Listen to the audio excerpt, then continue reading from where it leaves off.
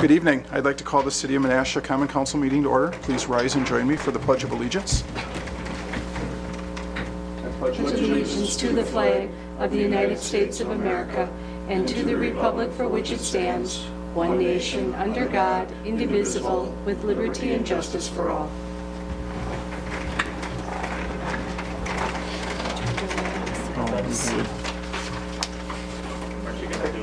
I missed that. If we could have a moment of silence recognizing Veterans Day, please.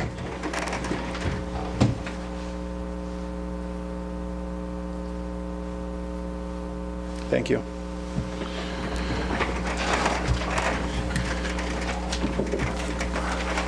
I didn't have my agenda out yet, that's why. Got one here someplace. Could we have the roll call, please? Alderman Langdon. Here. Alderman Keehan. Here. Alderman Zielinski.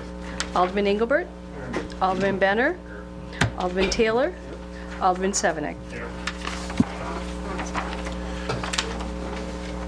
The first item on the agenda this evening is people from the gallery to be heard on matters pertaining to the agenda. Is there anyone here this evening who wishes to be heard? Seeing no one, we'll move on to the Health Department, Senior Center, Weights and Measures, and Employee Safety Committee. Director McKinney is here this evening, and I'll let you start. Hi, everybody. I prepared a budget sheet for you, just a review sheet for you. It's about 3 pages long. I think it'll help to understand the Health Department's budget a little bit more. And the items we'll be covering will be from page 78 to 110. So with that,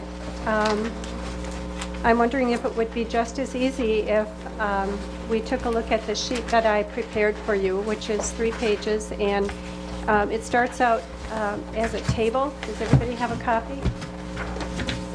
Okay. And to the far left, you'll see the program, and the program itself. I've included the budget numbers so that you can keep track with the budget that's in your notebook. So the very first item is the Employee Safety Committee, and that's budget item 0901. The services we provide are management of safety programs for the city employees, and this is funded through the tax levy. It has been funded in the past, and the cost remains the same other than personnel costs, benefits, etc. The second item on the budget is the 0902 Sealer of Weights and Measures. Nancy, let me interrupt here. Do we want to Sure. kind of go by section? Otherwise, it's going to get confusing at the end, I think. Okay. Alderman Sevenik, did you have a question on Yes, the yes, safety I do. committee? Sure. On the employee safety thing. You said you kept it at the same, but I see actual year-to-date is way over budget. You've went from $12,837 to $15,000. So I will let the finance director Sure. address that. So there were, as we were going through the transition for the retiring health director to the new health director, there were a couple items that were charged to that account that shouldn't have. Those will be reversed out. So Okay. the year-end estimates would be the ones that you would want to focus on. Thank you. Any other questions on the safety committee? Okay, we can move on to Sealer of Weights and Measures then. Right, and that is, the services we provide are checking all measuring devices in the city to determine accuracy for the protection of the consumer. And this is a statutorily required program for municipalities with a population over 7,500. This is self-sufficient. It's paid by licensure fees, and the program costs remain the same. Does anyone have any questions on weights and measures? Okay, and the big one then. Yes. The third item is 0903. That's the Health Department budget. We're basically talking about the Health Department itself. We do communicable disease control, which is also statutorily required, follow-up on mandated reportable communicable diseases. We do disease surveillance, immunization clinics.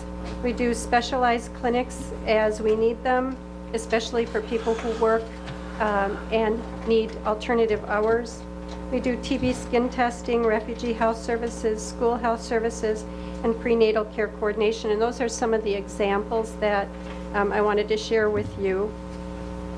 For this budget item, because many of our the work we do is done in the schools, 50% of that is the school district contract, and the other 50% is the tax levy.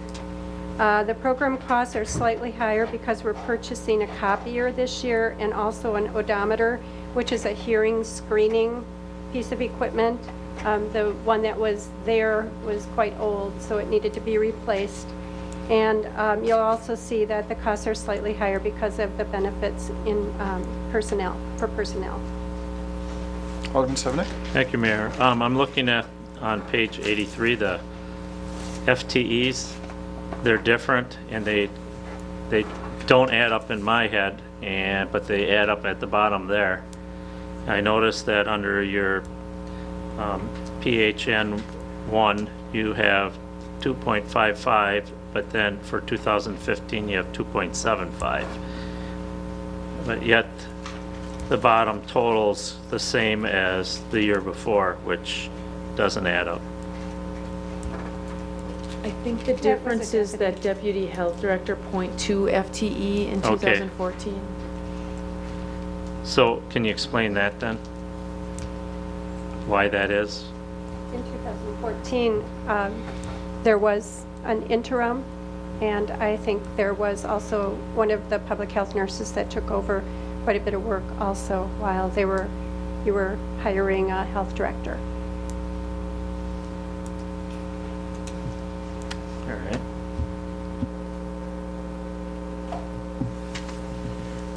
Anyone else with the health department? Environmental health? That would be item 0904. And this is in our environmental health program. We're an agent of the state for restaurant inspections, etc.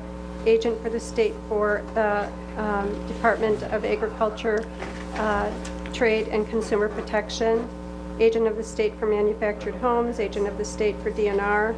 Agent of the state for tattoo parlor. We follow up on nuisance and health hazards, etc. This is covered 45% by licensure fees, and then the rest is DNR contracts and tax levy. The program costs remain the same. The budget is slightly higher due to benefits for personnel. This also covers when we have to do follow-up. It's a cooperative effort with the police department when we do follow-up for animal bites and so forth, and enforcement of our human health hazard ordinances. Any questions on that one? Okay, health screening 60 plus. And that's budget item 0905.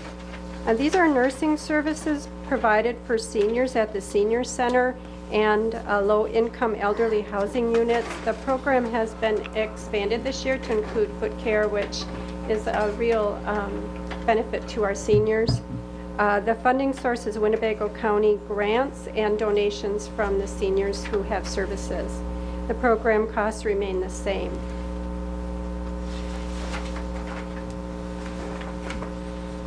Anything on that one? The next program is Radon 0907. This is a new program this year. We have done that in the past. It's for radon awareness and testing. It's resuming in 2015. We have had that in the past.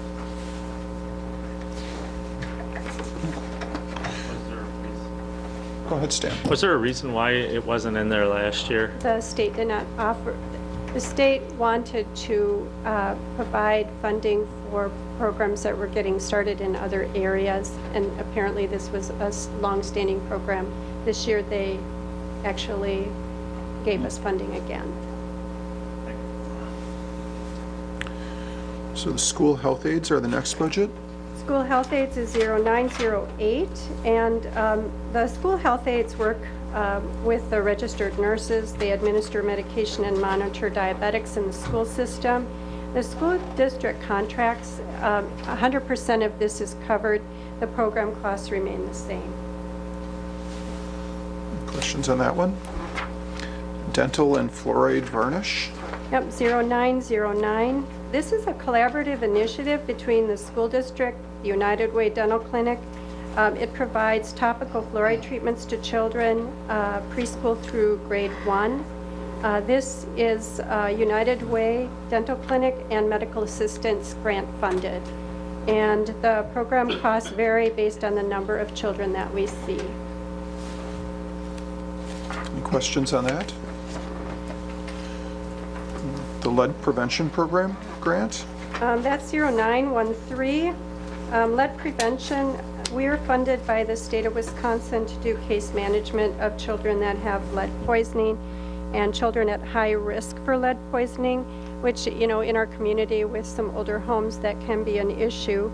It includes environmental assessment for lead-based paint in the home and working with housing rehab to do safe abatement of lead paint during the rehab as it's needed. DHS, Wisconsin Department of Health Services, provides this grant and the costs remain the same. Questions on that one? Immunization grant. Immunization is 0914. The immunization program tracks 24-month-old children to assure they're up to date on their immunization, and it provides funds for after-hour clinics to serve our working adults. We offer adult flu clinics and child flu clinics. The state of Wisconsin provides this grant, and program costs reflect a slight funding increase this year, so we hope we can get more immunizations out. Questions on that one? Maternal child health. That's 0915, Maternal and Child Health. This is a program that does infant child passenger seat safety checks. It does work with a coalition in the Fox Valley on home visiting, and they do newborn home visits. The Wisconsin Department of Health Services provides this grant, and the program costs reflect a slight funding increase.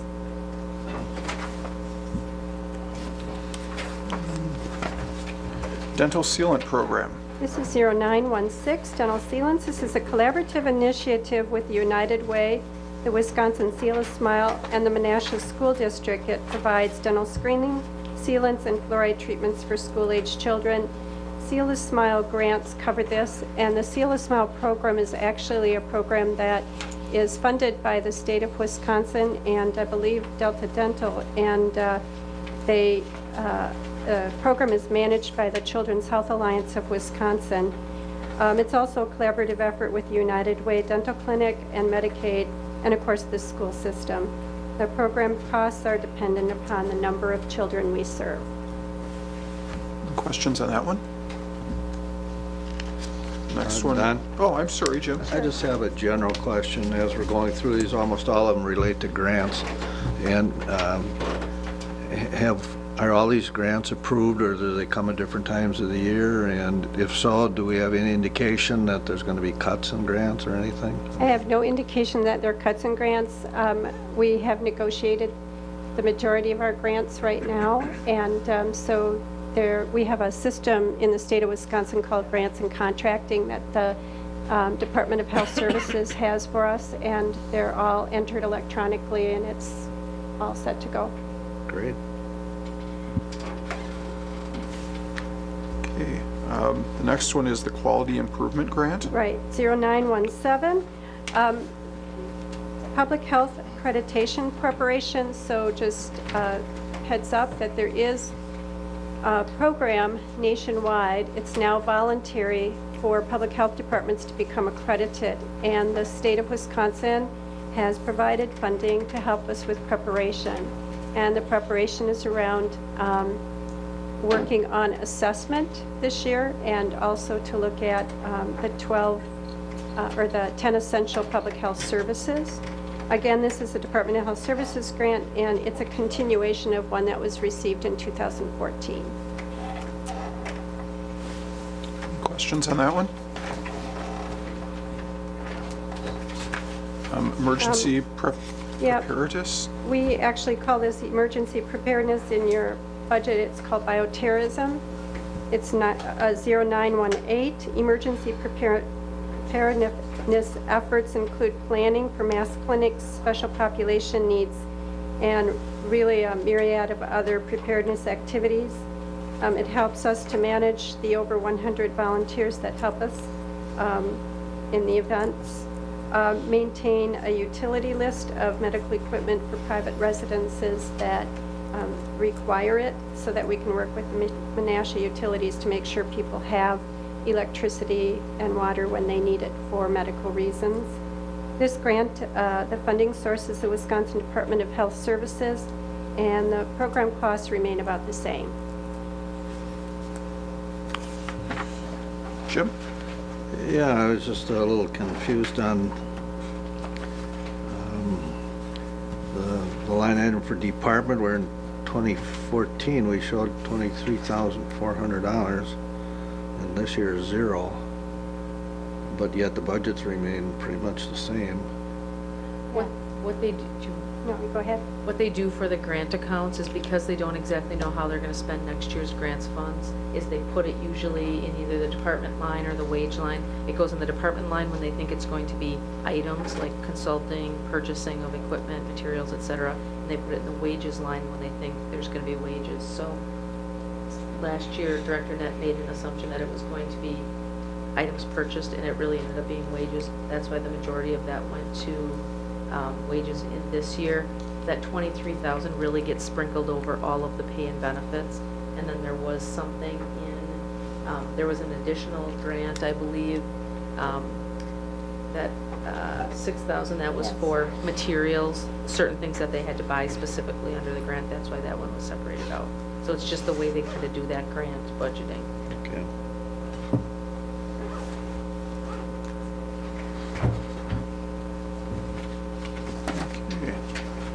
24/7 coverage? 24/7 allows us to maintain 24/7 coverage of health department staff as needed. It's funded by Wisconsin Department of Health Services grants, and the program costs remain the same. The last one is the senior center. In the senior center, that's 0920. This is overall supervision of the senior center.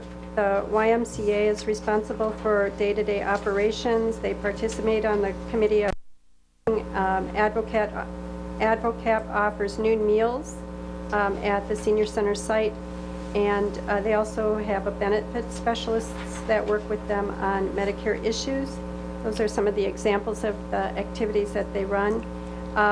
This funding source is Winnebago County grant, and then funding comes from renting the senior center and from tax levy. The program costs are slightly lower because last year there was planning for the renovation project, and I understand you needed to secure the services of an architect, so that's not in there this year. Alderman Engelbert?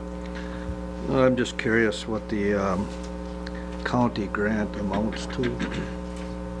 And is The that, county and has grant. that stayed fairly consistent? It's in the revenues, $25,741 is that amount, and it has been the same for the last few years. Okay. Other questions about the senior center? Or anything in general about the areas that Nancy would oversee? Well, if not, thank you for, you and Kevin have this good habit of waiting until I'm all done and sending them on their way. I didn't know you were gonna send her on her way. I was just going to ask for you to give us an update on renovation. Sure, I did check in with Todd because I thought that question might come up, and the electricians were there today, so they are actually starting the renovation. That's the extent I know, that they have started and the electricians were on site today. Okay, anybody else? Okay, well, Right thank here. I just wanted to know the status of our fundraising at this point. And I would ask Peggy to address that. I actually haven't gotten a status update on the fundraising. I know in about 2 weeks, about 2 weeks ago, I know they were putting together a plan to potentially speak with some possible donors. The goal is to have the remaining funds collected by the end of the year, and if not, maybe Q1 of next year. But keep in mind that the council did consider that item at an August meeting. I think it was the second meeting in August. So we're just right now signing the contract. In fact, that was all happening today. As we spend money, I will let the council know at the time that we need to do an adjustment, if we need to do an adjustment, a formal budget adjustment, to cover those costs that haven't come in from the fundraising.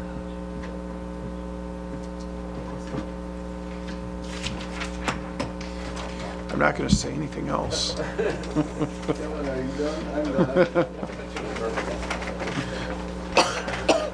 Okay, thank you for coming tonight, Nancy.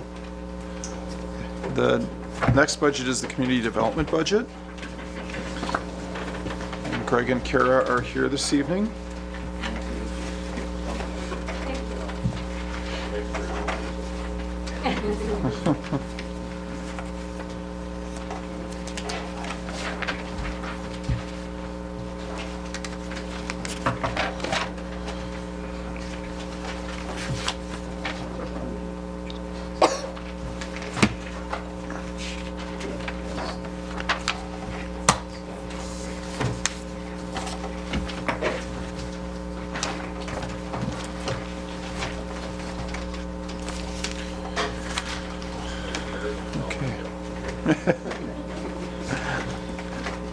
I'm not sure how you would like to go through this. We have a wide range of pages.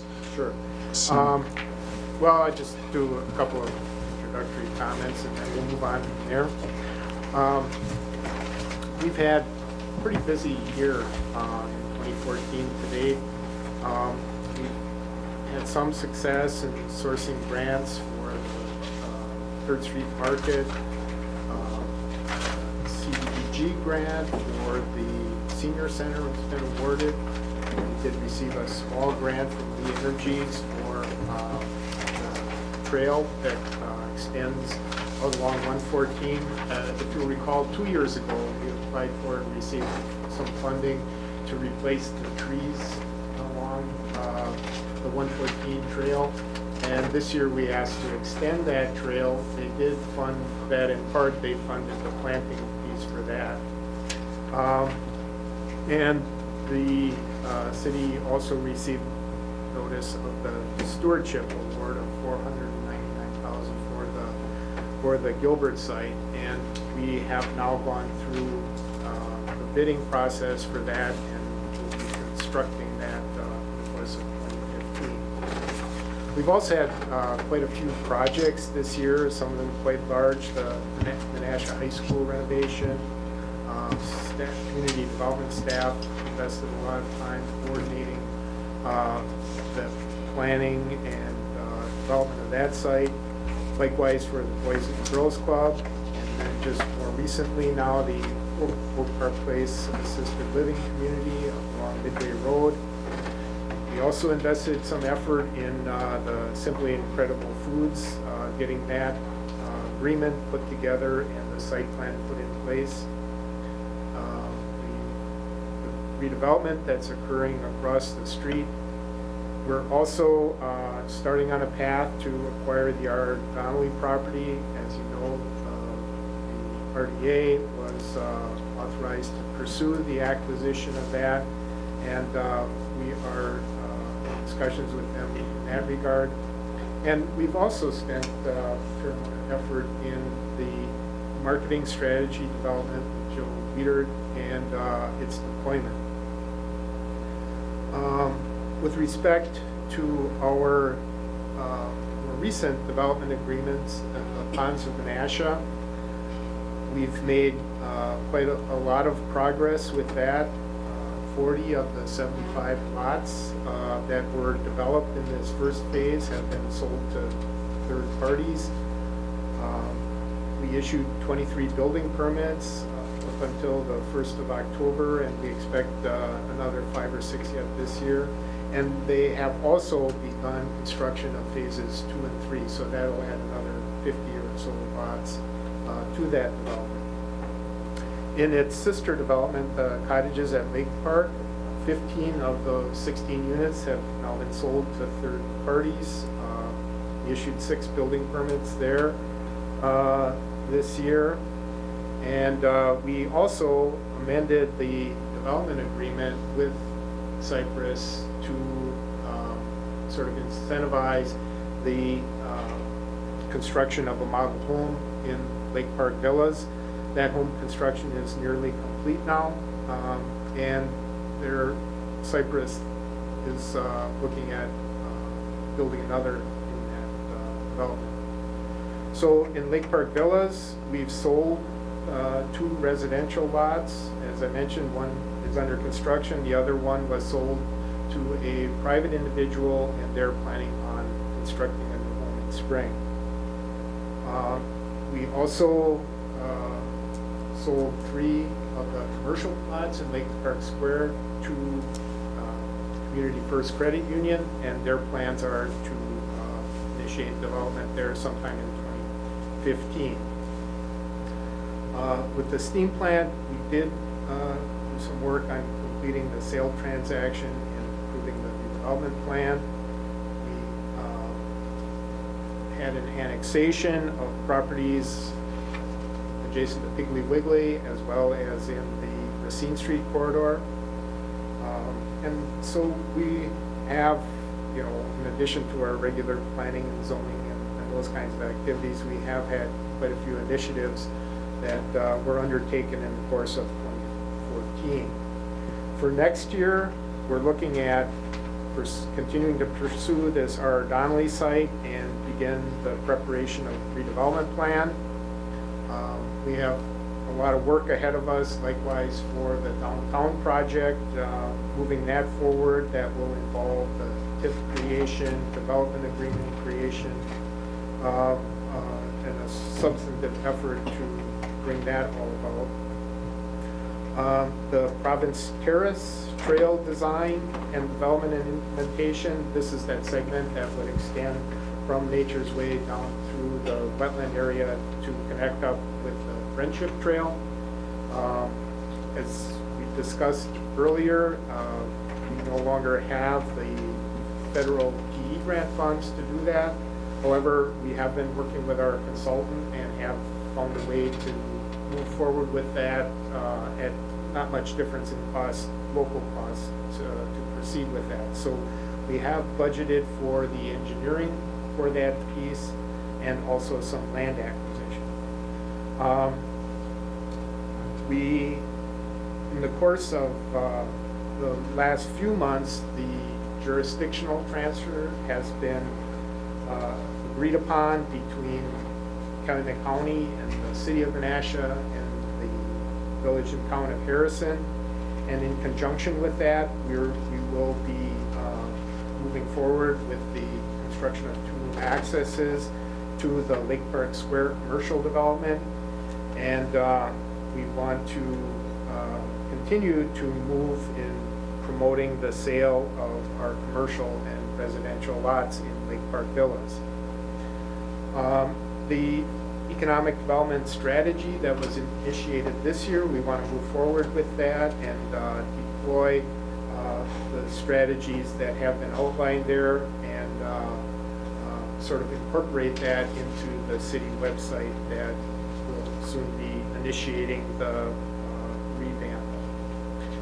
And then finally, we've had a fair amount of discussion in the past, and I think this is something that's going to be key to our future, is moving forward with our housing rehabilitation program. Look what we have in place now,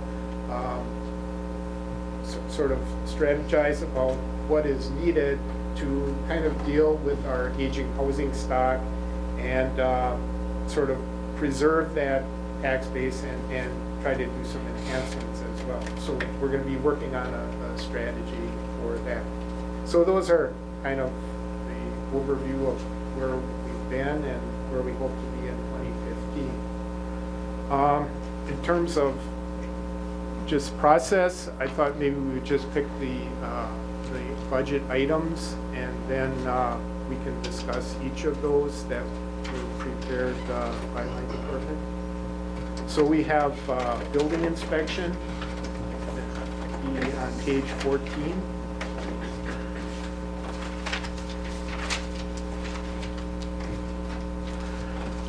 I know there's been some discussion about, our current building inspection, what's being done, what's not being done, what are some options out there. Just as background, I sort of took a look at where we were at with building inspection fees, and they do vary a fair amount.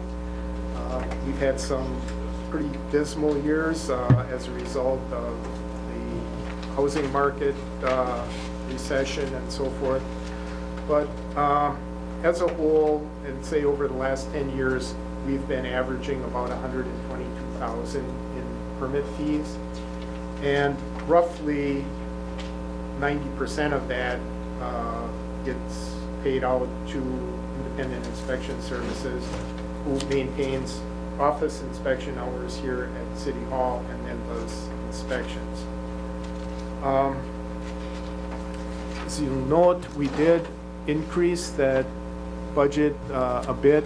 I think we were bouncing around about $115,000, and I'd just been budgeting that amount, I think, as a matter of routine. In discussing with the mayor, we've now increased that to $15,000 to $130,000, but as you can surmise, this is largely driven by the revenues that are generated through permit fees. There, as you know, are some changes pending. Kara is going to be leaving us, sadly, at the end of this week.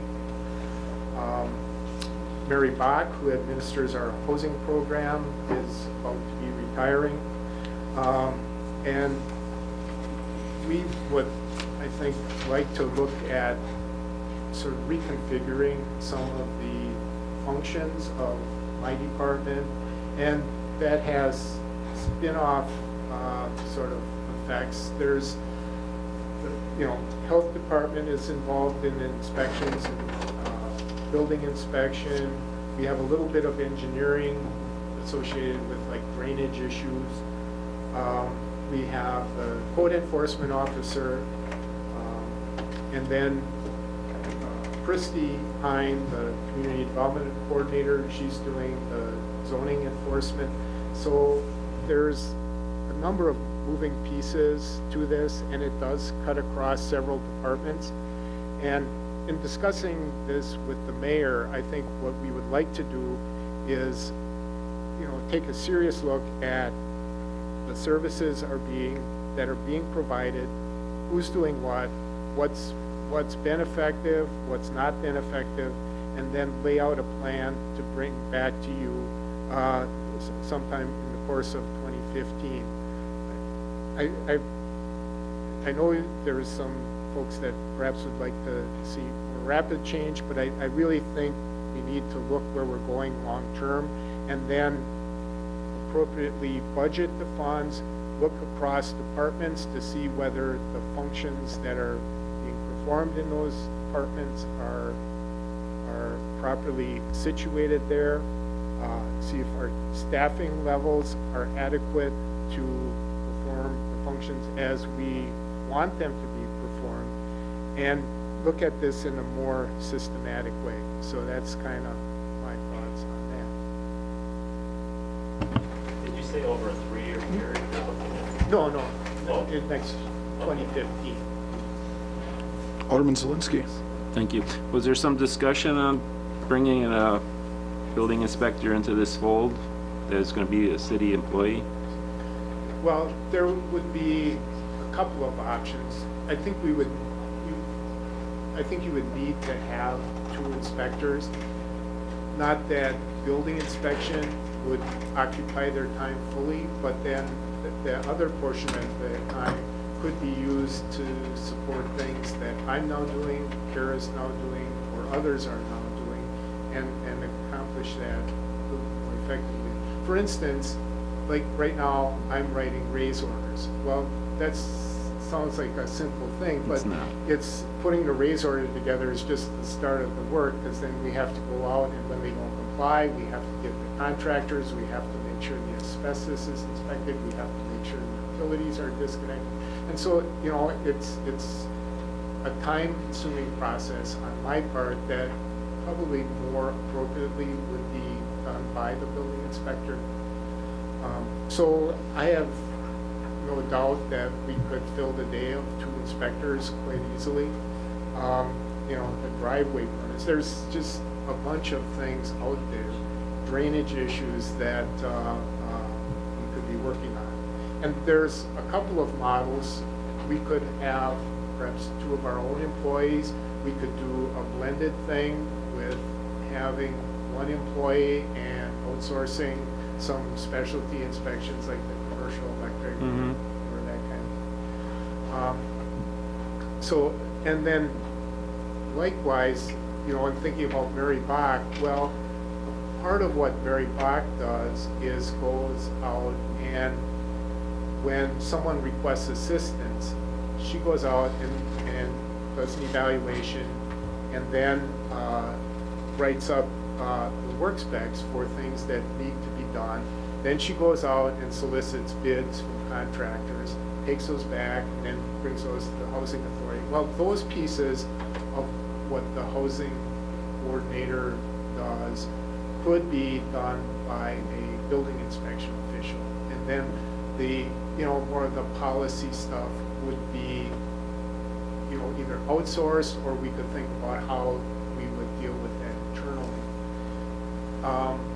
And there's been changes as well with the housing program when it was in the Department of Commerce, Division of Housing was one thing. Now it's different under WEDC.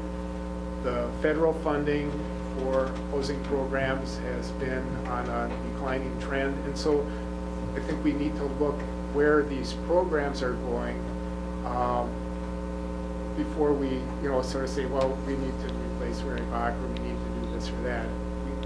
And so that would be my expectation, that we would take a global look at this function and then bring something back for your consideration.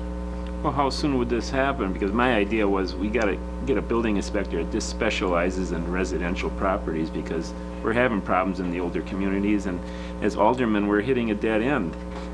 Maybe it's not a dead end to you, but it is to us, because it's just this circle. Who's passing the buck here? And we need somewhere where it's going to end, and the enforcement is taken care of. And there's a couple of pieces to that. One is, you know, we do have this kind of, the sort of responsibilities are dispersed among several people and under different people who manage those people. And so there isn't, you know, that the buck stops here sort of place that has to answer if something is being done or it's not being done. So that's one piece of it. The other piece is that, unfortunately, when we do send out notice of violations, the compliance with that is not what we'd like. I mean, maybe 10 or 20% of the people will respond quickly to what they've been ordered to do. The vast majority, you know, pick up a hammer and do one thing and ignore the next 5, and then we're bird dogging them on that. And then finally, if they get to the point where, you know, they've not done anything, then we're issuing a citation, and, you know, then we may be back again if they don't follow through on that. So I think an approach, the enforcement approach is important, but there may be other things that we could be doing with, you know, with the landlords, maybe developing some other incentives to make this process be more effective. Yes, I agree, because we gotta get these houses when they're sold. I've had some in my district that were sold 2-3 times, or changed ownership 2-3 times, whether it's through a bank or through a private guy or whatever. And I've been bringing these problems forward, but that's the time to get at these. I know this isn't the time for that discussion, but when would you be bringing something forward to the council? Because I just don't want this thing pushed off for another year and then, hey, we'll try again next year. Well, I'm losing my right Yes. person here, so I'm hesitant to promise anything, but let's say we'll try to get at least a concept out to you in the first half of 2015. But you feel there's enough in the budget and with the revenues from the other inspections that we could work something in there? And because I know we need a, Well, I think as budgeted, we're pretty close. And as I mentioned, you know, with Mary, we have approximately 21,000 budgeted for Mary. That leaves a big question about who's going to be doing her work in the interim, but yes. you know, that's out there. And then there could be some adjustment at the police force, I think, because he's code enforcement, but there's not really a code enforcement anymore. It's just cars and garbage and. Yeah, and I mean, we've had a few internal discussions with the health department and police, and I think we're all willing to, you know, take a look at this and say, all right, well, what makes sense? Yeah, because it's going to help across many things, even fire, policing and everything else, that we start to look at the residential part. It's not your fault, but this community is turning into a bedroom community, and we got to start looking at the smaller parts that I hope we can bring bigger projects in, but it's not your fault that a lot of the industry is moving. Thank you. Thank you, Mayor. Greg, I'm very concerned about your department right now, especially with the departure of your right side, you said, or, yeah, she is on your right side. I think that needs to be taken care of quickly, right away, as soon as possible. Your department is understaffed the way it is, and you're going to become so overwhelmed, and then you're going to be trying to do some of these other things, and nothing's going to get done.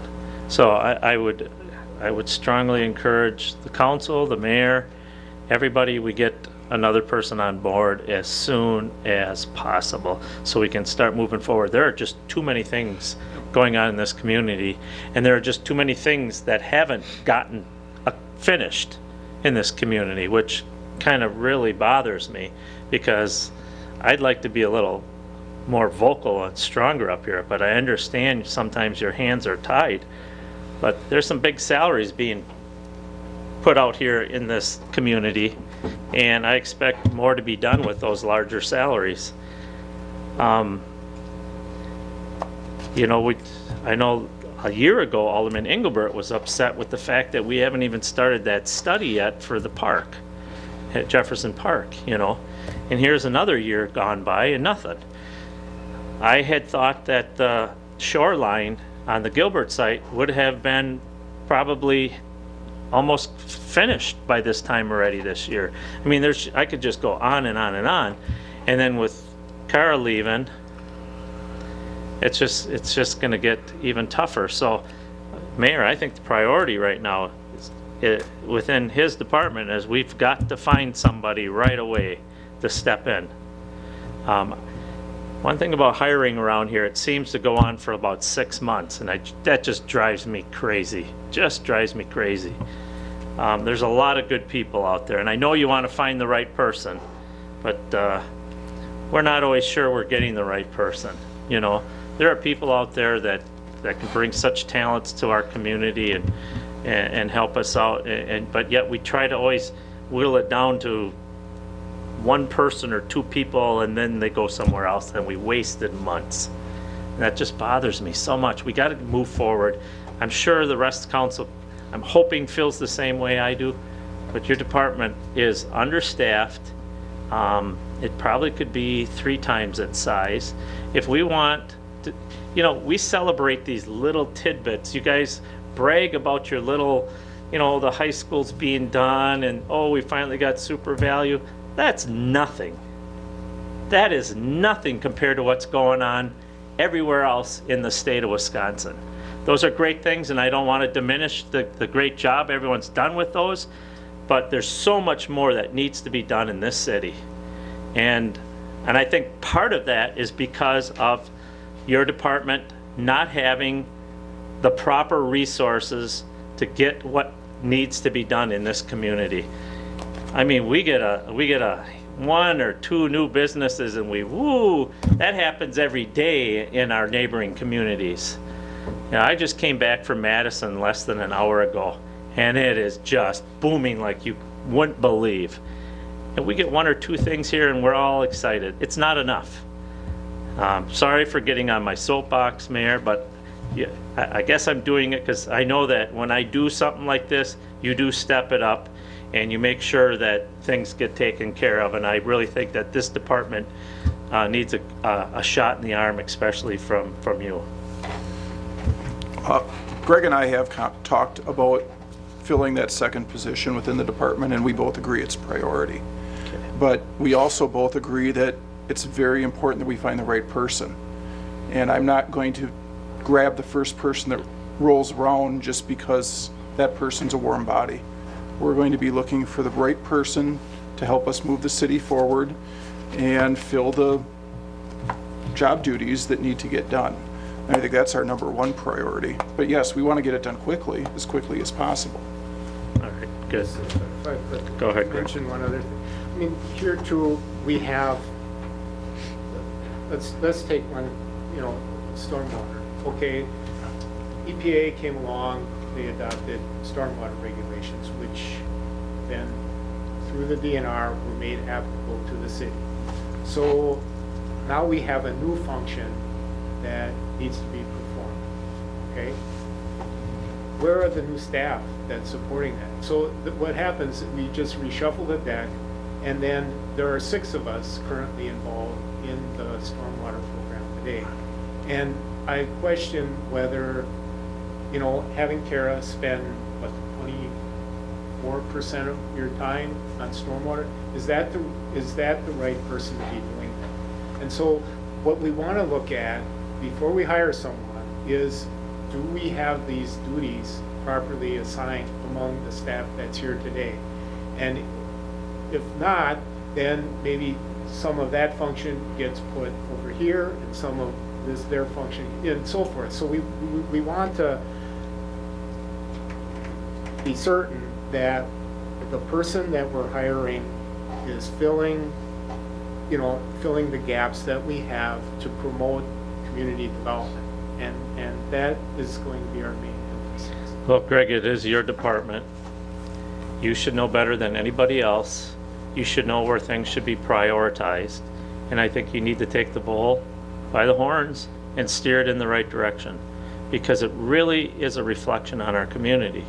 I mean, I've sat up here long enough thinking, okay, maybe next year or next year or next year, but it just certain things just don't get accomplished. And it's not, trust me, I know last time when I talked up here, you thought I was like getting at you, and it wasn't you personally at all.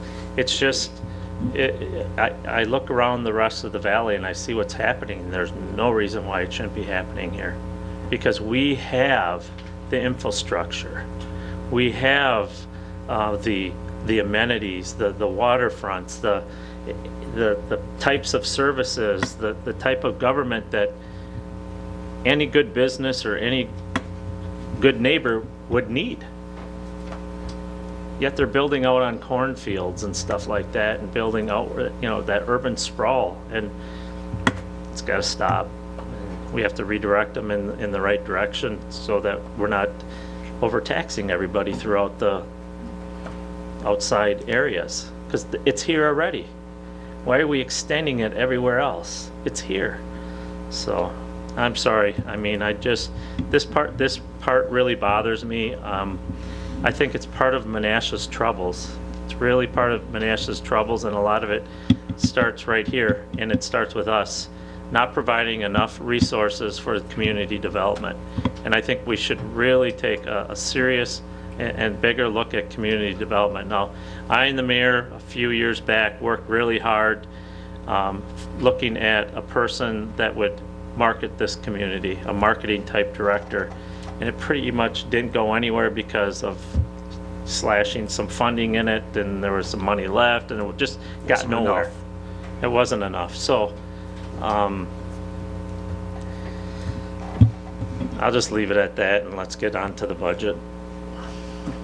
And then I thank the council for their indulgence. I would just like to see if any of you have thoughts on, this building inspection issue or any of that, just feel free to share it with us. And, maybe we can get some things from your perspective that we're not understanding. Alderman Taylor has a question. Thank you, Mayor. I echo Alderman Zelinski's feelings on the building inspector. Certainly his district and mine, and part of Alderman Nichols' district, probably shoulder the majority of the older and aging building stock, housing stock in the community. And we really need to raise the bar on our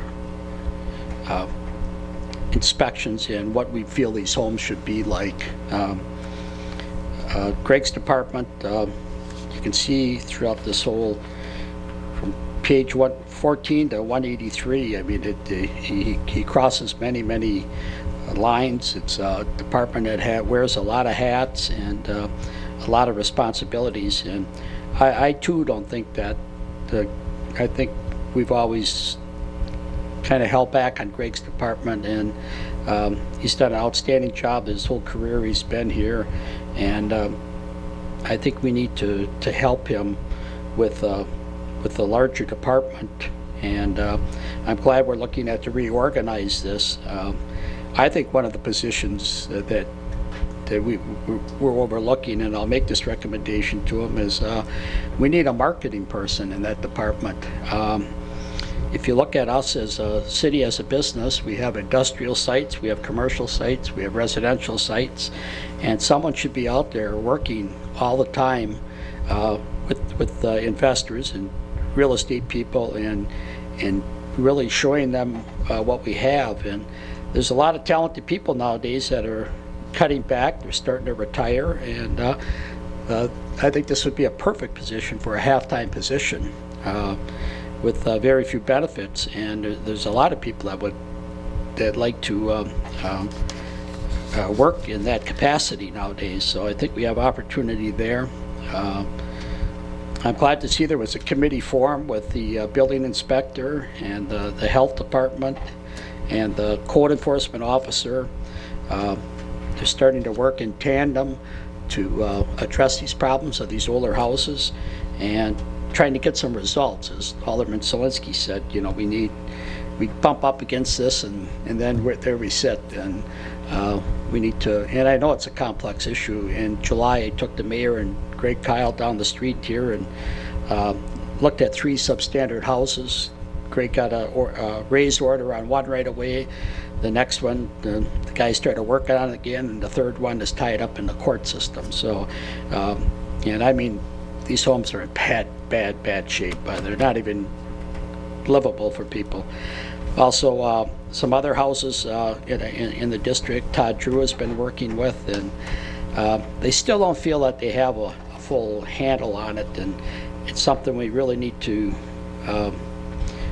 raise the bar in the community. Otherwise, we're going to settle for a situation that is only going to manifest itself in police issues and health issues and school issues. So certainly it's up to this body up here to raise the bar. I'm in favor of any ideas and anything that we can help Greg's department with. I'm in favor of that, and I'd like to wish Kara the best on your new endeavor. Thanks for serving the city of Menasha. Thanks for getting that large grant for the 3rd Street Market. That was really important to the city, so best to you and your family.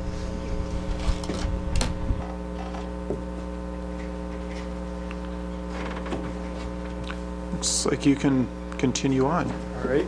I think we're on to Denali Transit, which is on page 15.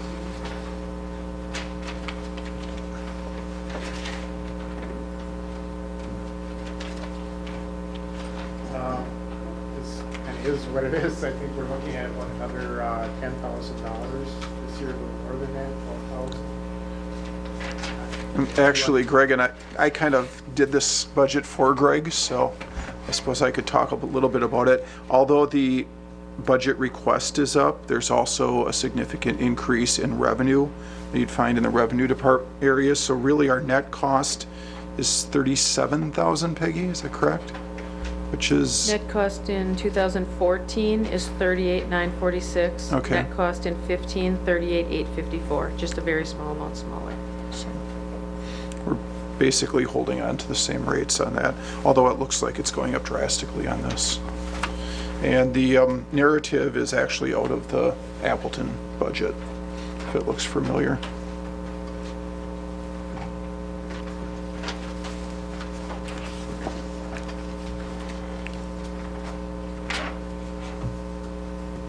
Any other questions on that? And you're all in for Dial-A-Ride. I had nothing to do with that one.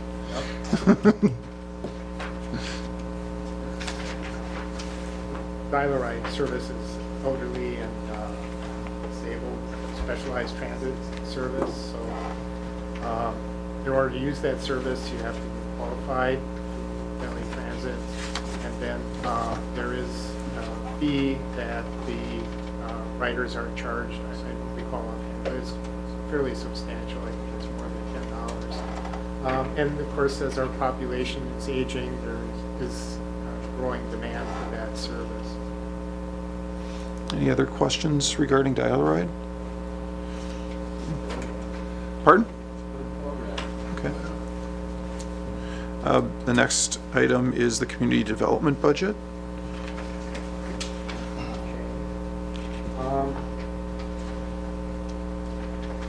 So we're on the detail sheet. I'll just talk about maybe changes from last year.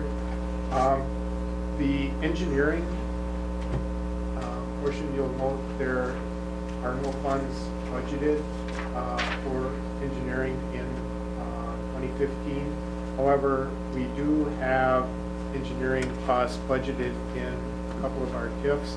I have $60,000 in TIF number 9. That's for the Province Terrace trail extension, engineering that through the wetland area. And there's also $10,000 in TIF 11. That's the Gilbert site. There's kind of a next phase that we're wanting to look at. We still have that canal that goes through there, whose fate is really yet to be determined.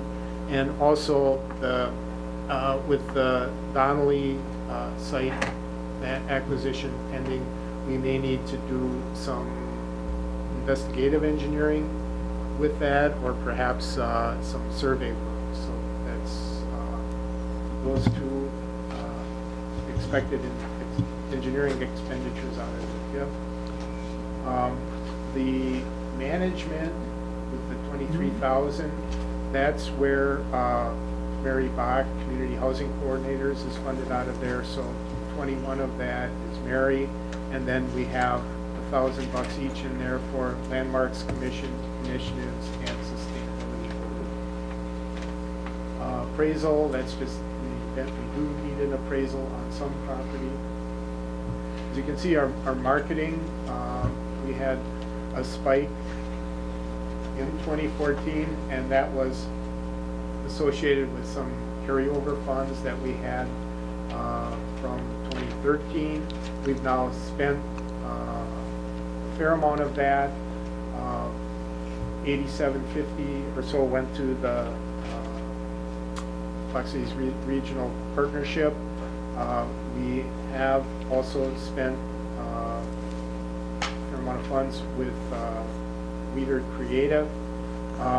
There still is a balance in there that we're looking at funding some assistance and putting together an offer on the Denali site, so that we're looking at pulling that out of that fund. So I think we're probably going to be getting that pretty well completed by the end of the year. And for next year, there's $87.50 in there for the regional partnership, and then we have another $10,000 to continue our marketing initiatives that were started in 2014. I think that's pretty much it. The rest are sort of our ongoing process of business. Alderman Sevenick, Thank you, Mayor. I lost my spot here. page 20. No, not that. Oh. What I was gonna, I'm on page 19, actually. And again, I'm gonna be addressing the FTEs. And you have, you're cutting back on a little bit on the intern part. You wanna explain that? Because usually, to me, the intern thing is usually the best and most positive thing to have within your department. Yeah, actually how it's split out, so last year I believe we had put in .4 FTE intern. Yep. However, .2 of that was funded out of the community development account, and .2 was funded out of stormwater. Good. We have one of our interns focused on stormwater education in the summer. We did bump up the hours a tiny bit for this year, but we properly allocated that .23 would come from the community development fund, and then .23 from stormwater. So that's why it looks a little different. Has your department looked at beyond that scope there with an intern with one of the universities of, you know, when we had a Menasha Action Council, MAC, and they had interns that worked, they were the workers. I mean, they did the grunt work because, you know, they wanted to put it on their resume, and, you know, if you don't get a chance to be out there, how else can you ever work in community development? You got no experience. So are you looking at expanding that? Because I would really like to see that. Yeah, I mean, we can do that. There's, we've had 2 interns over the summer, and now we have an intern who will hopefully be working with us through the end of the year. And they are just tremendous benefit to us, particularly in the summertime. You know, there's a lot of building activity going on. We can, you know, and they're also very useful in doing some of the long-term sort of research work and so forth that we need to put together to help us come up with sensible strategies. And, you know, when we're sitting here doing our day-to-day stuff, we never seem to have the dedicated time where you can actually focus some thought and putting things together. So I'm really on board. It's interns are a great asset. I mean, if there was a way that you wanted this budget to increase, to add even an additional intern from one of the universities or something, I'd be in favor of that. That might help you get over the hump during this, at least this period that I think is needed. If you're so inclined, I mean, adding that other intern back in would be helpful. So, Okay. I will discuss that with you at another time and bring it in as a possible resolution. Okay. The other thing that Greg kind of missed with the interns is they bring a completely different perspective, being that all of us are kind of old up on this council. When you get someone who's in their 20s looking at the community and how things operate from a whole different point of view, it really forces us to sit back and go, wow, I wasn't thinking that way, but maybe we should look at 3 or 4 different angles too. So it's the last several interns that we've had have really forced us to do that as well, which has been good. Other questions for Greg? What's next? We should have a real long discussion of that $160.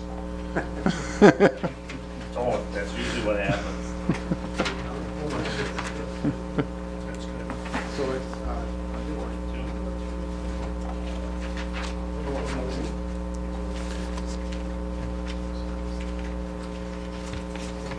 And, well, it's pretty difficult to budget for this because it all depends on what we get from homeowners, working with Mary Bach, what kinds of projects are coming in. And this is funded out of our Community Development Block Grant Revolving Loan Fund, whose numbers fluctuate as well based upon what loans are coming in as a result of people either moving from the home as their primary residence, at which time those funds are due back in. So that's the primary source of revenue for that. And we've been doing somewhere between 3 and 6 projects a year, which is probably far fewer than what we'd like to be doing. The resources are part of that, but then also the programming is the other piece. And we've had numerous conversations, the mayor and I and Barry Bach and some others, about how do we expand the stretch of the housing program. So we're not entirely focused just on the low and moderate income component, that we could perhaps expand this to just folks who may not be income qualified, but would be more inclined to invest in housing stock if there was some sort of incentive for them to do so. And so that's what I mentioned in my introductory comments, that we want to take a look at what kinds of programs are out there, see if there's something that would be a good fit for Menasha, that we could start having a more significant impact on the housing stock than just with our CDBG. Questions on that fund?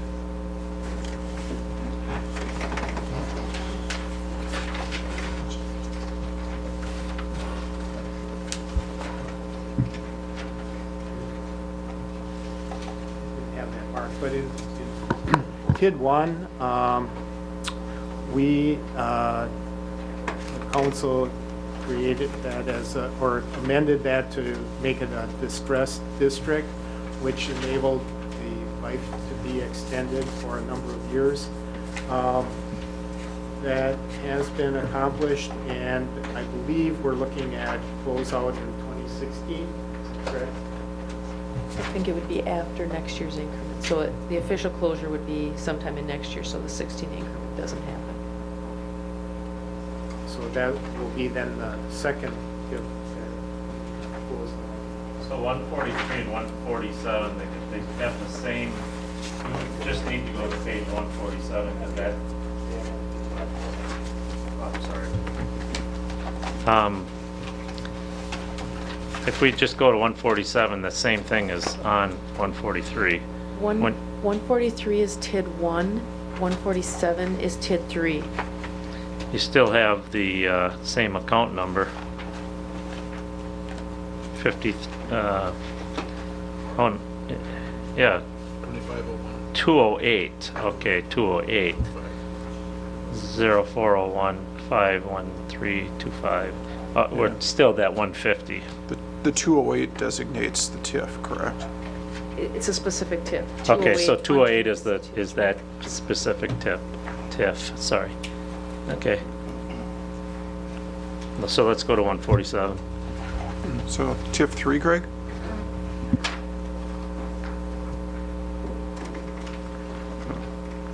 I don't think that's on page 147. Or I don't know if you can answer that question, Peggy. It looks like it's just debt service, correct? The $150 fee, that's the TID certification fee with the state of Wisconsin, Department of Revenue. That you will see that 150 on every TID, yep. Any active. And then the 169 is debt service, That would be correct. and the other $4,000 is, That's those admin fees that go to the general fund from the Okay. TID. Does that answer your questions, then, Stan? So what page are we gonna be on now? So that was 147, 153 is one.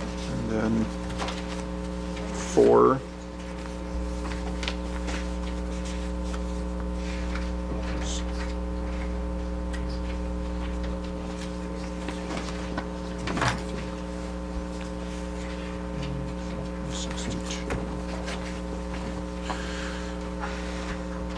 I can go to 162. Do you want to just give, I don't know if there's any highlights in each one of these, or are they all just pretty similar, Peggy? This one would be basically all the same explanations.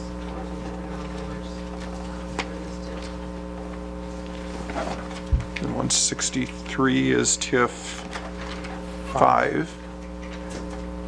Okay. This one's a little different. Do you want to, one of you want to explain TIF 5? What's going on there? Sure, there's some of my time. TIF 5 is the Midway Business Park, in that area up there. I think 5% of my time is allocated in What percent? 5. 5. And we still have one lot that's city-owned and available, but there are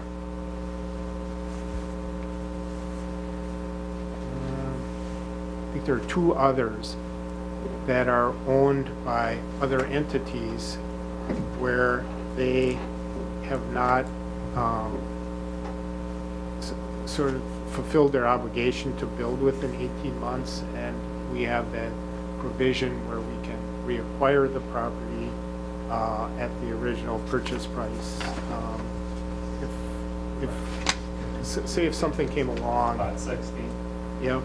So whether you want to go there or not, but we have those other 2 lots are still out there.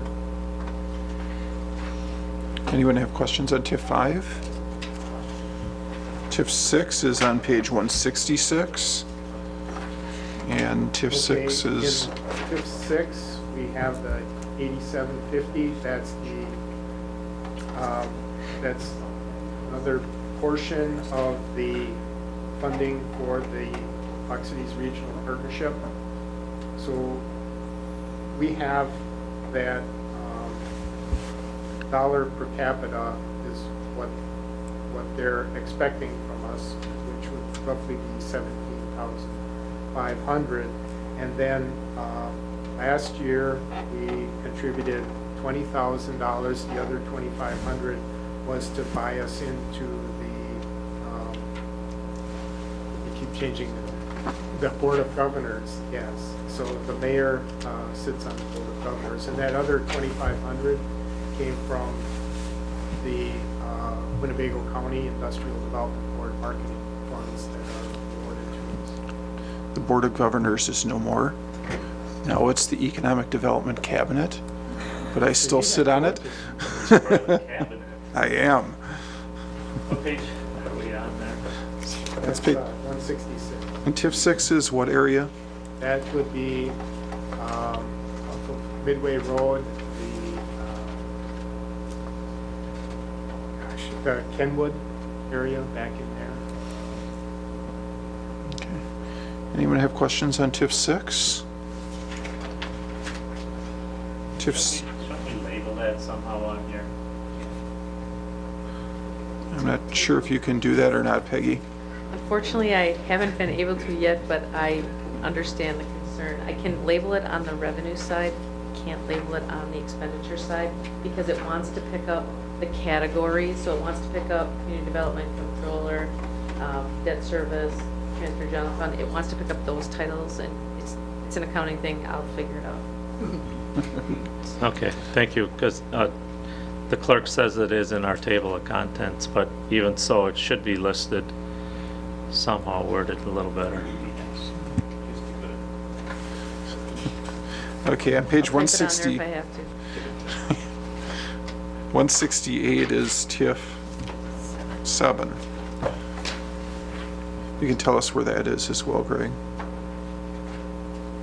It's the test of which TIF is which tonight, because I've forgotten. 168 should be TIF 7. It looks like it's just debt service again, but where is TIF 7? That's Marina Place. Okay.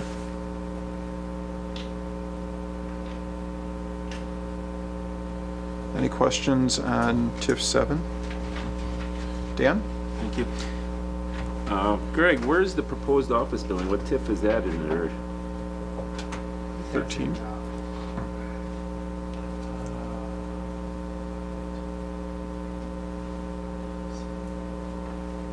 either 3 or 1. Okay. What will happen is that we'll create an open line TIF district, and then, and what the effect of that is that whatever value that's there today gets frozen, and the increment attributable to that value goes to TIF 1, and then any new increment going forward would flow to that new TIF district. I don't know where you lost me, but you did. Oh, all right, sorry. So, okay. So what area is number 3? Yeah, it's Donnelly. Okay. So let's, and I'm not so certain of this, but if let's say that the hotel site and the bank site is in TIF 3. So if that site as of January 1, 2015 has a value of, say, $750,000, and that would stay at that level, and whatever increment that was generating in TIF 3, which likely was minimal, if any, would remain in TIF 3. And then now in 2015, we create a new TIF with a January 1 start date. It would have that base value of $750,000, Okay. and then any new value that would be attributable to that site would then flow into the new TIF. Okay. Are you talking about expanding that TIF? Or No, we're creating talking another about- one for, because they're talking about a parking ramp and, Yeah, well, TIF 3 is beyond the point in its life where you're going to add expenses, so we wouldn't be creating a new okay. To be continued, thank you. Anything else about TIF 7? TIF 8 is on page 169. TIF 8 is the headwaters.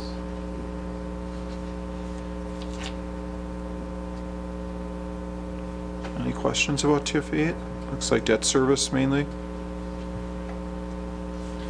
TIF 9 is on page 170 and 171. I'll let you explain where this one is. Okay, well, TIF 9 is a little more involved. We have some staff time slotted into there. I had 10% of my time is allocated to that, and a lot of that ties back into this planning for the Province Terrace Trail extension, and then hopefully we'll be selling some additional properties out there that would engage me somehow or other in the process. As I mentioned earlier, we put in $60,000 for engineering, and that again was for Province Terrace Trail, and the $20,000 was for land acquisition associated with the trailway. So TIF 9 is the Province Terrace Barker Farms area, correct? That's correct. Alderman Zelinski? Thank you. Any estimation on the retirement date on that TIF? That looks like it would really spread things out around this whole budget after it's retired. When the Fire out? creation date is. So,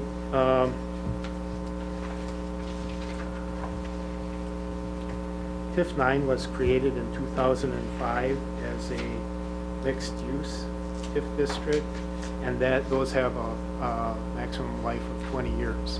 Okay.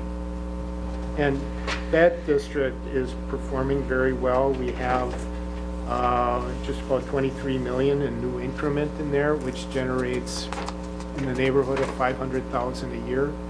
So we do have some other expenses that are significant expenses that are coming, and that would be for the final paving of Province Terrace itself. And most of that would be TIF funded, not Assessor.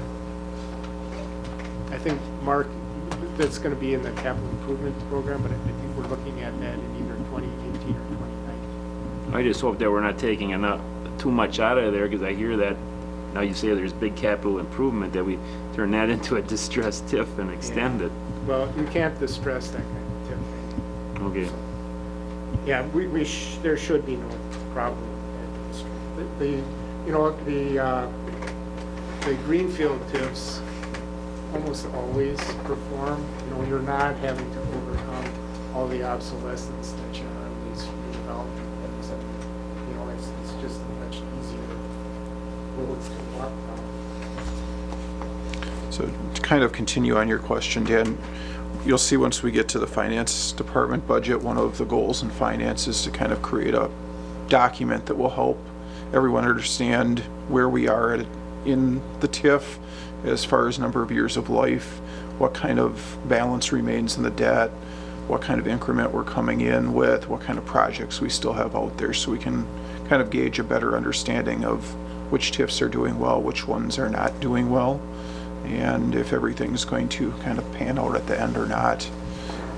I'm not sure exactly when that'll happen, but sometime next year. Yeah, that would help a lot, because we're getting distressed on the school taxes now, the taxpayers are, and some of these TIFs that are in Winnebago County. Sure. If we can start retiring those, that's going to help on the other end, but we got to get them developed also. Sure. So, Peggy and I have been working on that a little, but it's not anywhere near ready to bring forward yet. TIF, that was TIF 9. TIF 10 is on page 172. TIF 10 is a grocery store, and then it runs all the way over to Elcan that way. So we had in 2014 that 250,000 that was the CDI grant for the grocery store, and the 27,000 Kara is the payment to the developers for the incentive food bank. Any questions on TIF 10?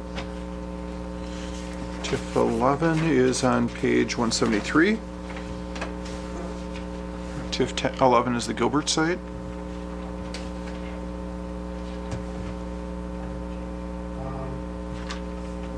So this year we had a fair amount of engineering expenditures in there. We also,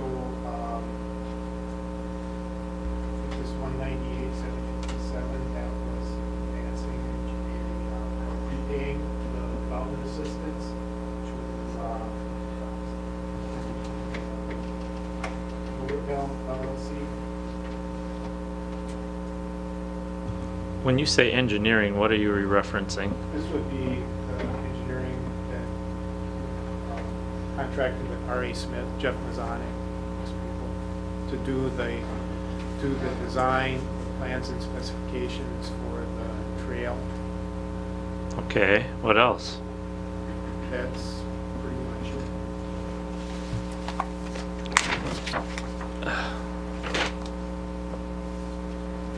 it. So, That's the $23,000 line that you're looking at, Greg? And, Way up at the top of the page? Yes. And, you know, the, okay, how about at the lower end where you got recording fees, engineering, and construction? You got $780,000.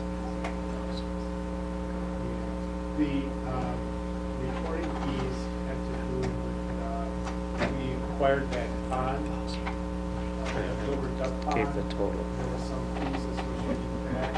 The engineering, that, what the month tonight, but we had to do some soil investigation at the east end of the trail at is part of, gets involved, but the Gilbert site, the DNR has a restriction on there that you can't disturb quote-unquote cap, and the cap being the pavement that existed on the far east end.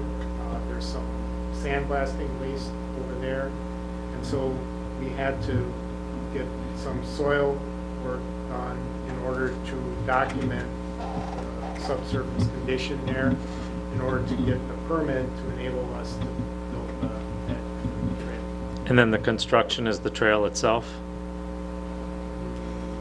Construction is the trail itself. Yes. Alrighty, thank you. Any other questions on TIF 11? I do, Mayor. Thank you, Mayor. Greg, I just wondering, so for Gilbert site, all we have is the trail. What about all that other land? That was all cleared out from the rest of the Gilbert plant. What's going on with that?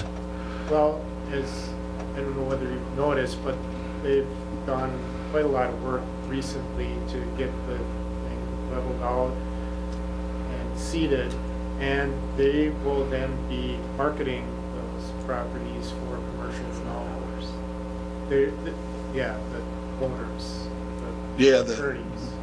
It's theirs, It's not theirs. ours. Just the trail is ours. Well, yes, the Okay. trail along the river, Yep. the pond, and then The pond, right. connection And then they'll develop that area there for Right. their, okay. Other questions on TIF 11? And TIF 12 is on page 175.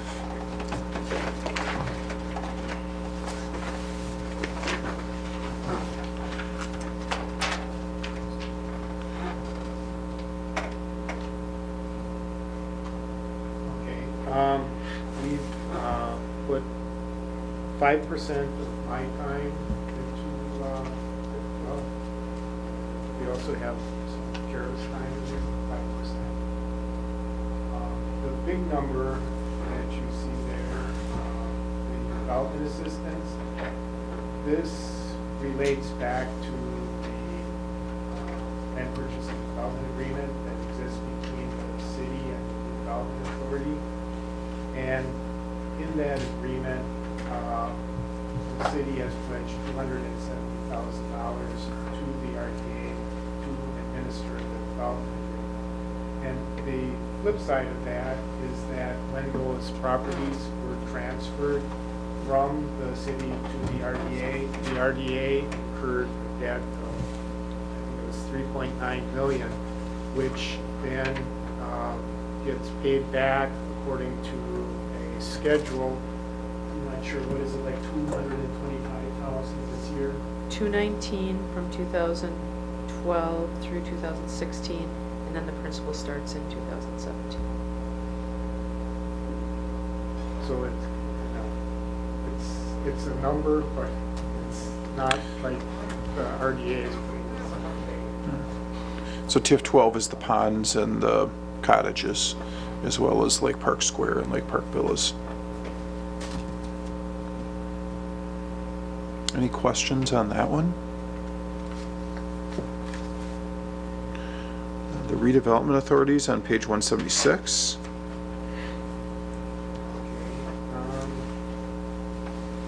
I think the order.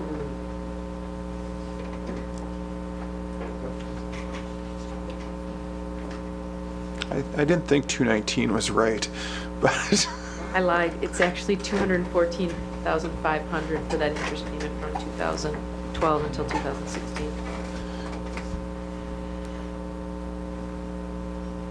it's about $100,000 more in those upcoming years, wasn't it, Peggy? I think In it, 2017, it was around 370,000. yeah, that sounds right, 300 something. The dues, membership, and licenses has changed. The homeowners association has been wanting to upgrade the appearance of some things that have really kind of gone downhill. for the past 5 or 7 years. And the RDA is currently paying 58%. Yeah. The homeowners association common area maintenance expenses, and there was a desire to sort of step up the appearance of that area, and in so doing also hopefully promote our lot sales, so that additional $5,000 in membership to licensing is for that purpose. Mayor, I'm still shocked that a lot of people don't realize that the silos are down. It's about a month ago now? See? Gone. No. James just asked me when those are coming down. I said they went down a month ago already. And They were it was supposed kind of a shocker to me when I went by, because I know that it was kind of a heated issue. Some people wanted them to stay, and all of a sudden I'm going by, and I go out there, actually I go out there maybe every other week just to take a look at the new development and stuff going on. And I was shocked that they were gone. a little hole in the sky now. So so we're not going to have cell towers up there. Oh, darn. Or anyone living. I did get an inquiry from an individual who was thinking that would be a cool thing to make as part of the residence. They have one in Appleton. Yeah, that was part of our development agreement with Lexington Homes, that those would be removed. So, other questions about the RDA? Any other questions for Greg in general? No? What's on page 183, Kevin? It's stormwater.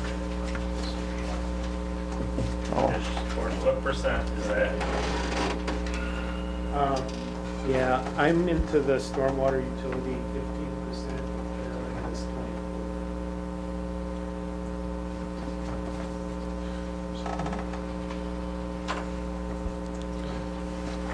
Yeah, as well as our intern.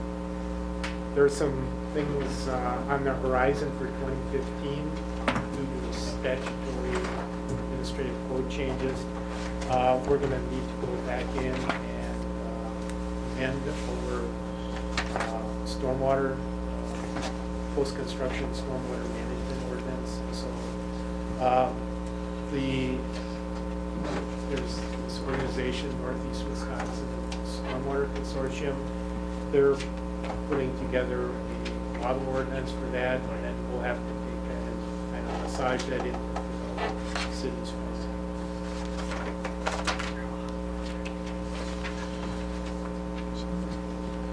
anything else for either Greg or Kara?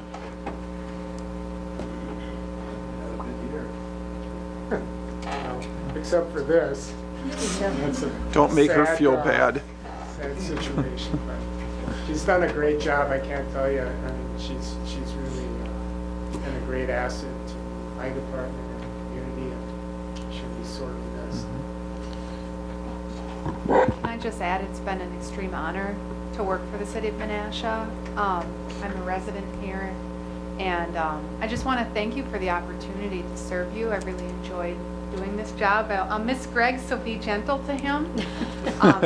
He's got a lot of work that he's going to have to get done without me, but just thank you for the opportunity. I really appreciate it. We have nothing else. We'll move on to Peggy's departments. Flash. I don't think you want to do that. She's the one who controls the money. Don't slash, She'll find another way to get it back. just don't slash the parcel management. That's Yep. Yeah. Peggy controls the payroll. Just remember that.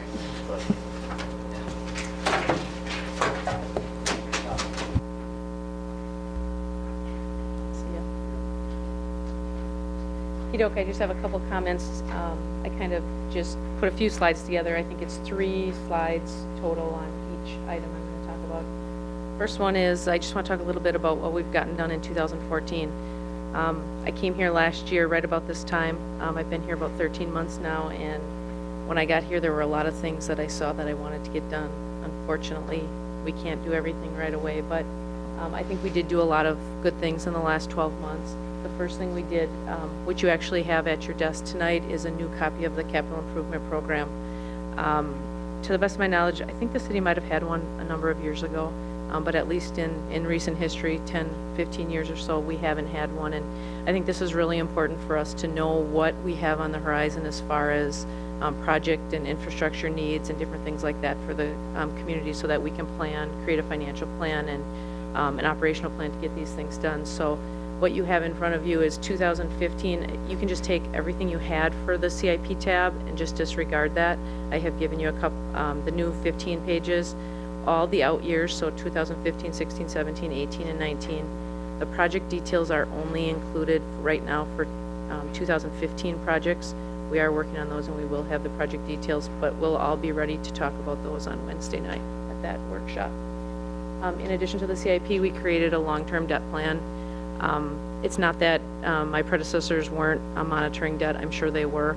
I just like to look at it in a long-term plan so that we can say, with all of these capital and operational needs we have, what does the future look like for us as far as debt?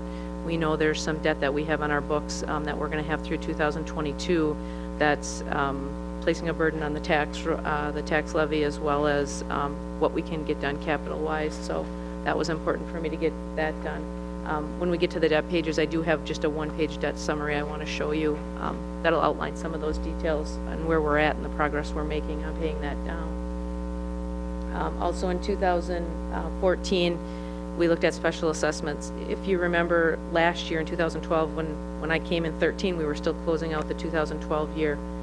We had some audit comments. So those next three items that say audit issues, those are our audit deficiencies that we had. The first one was special assessments.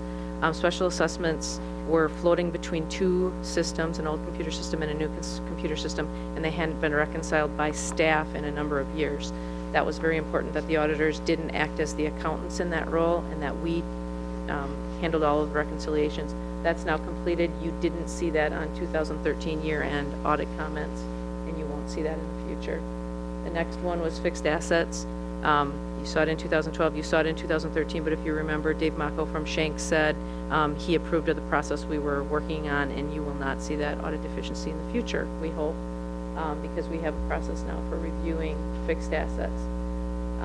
The next one, which was also a regulatory issue, was we have two audits that we do. One of them is our regular financial audit, and then the second one is what's called a single audit. And when you get federal grants and awards, based across all of your programs, you're required to file a single audit by September 30th.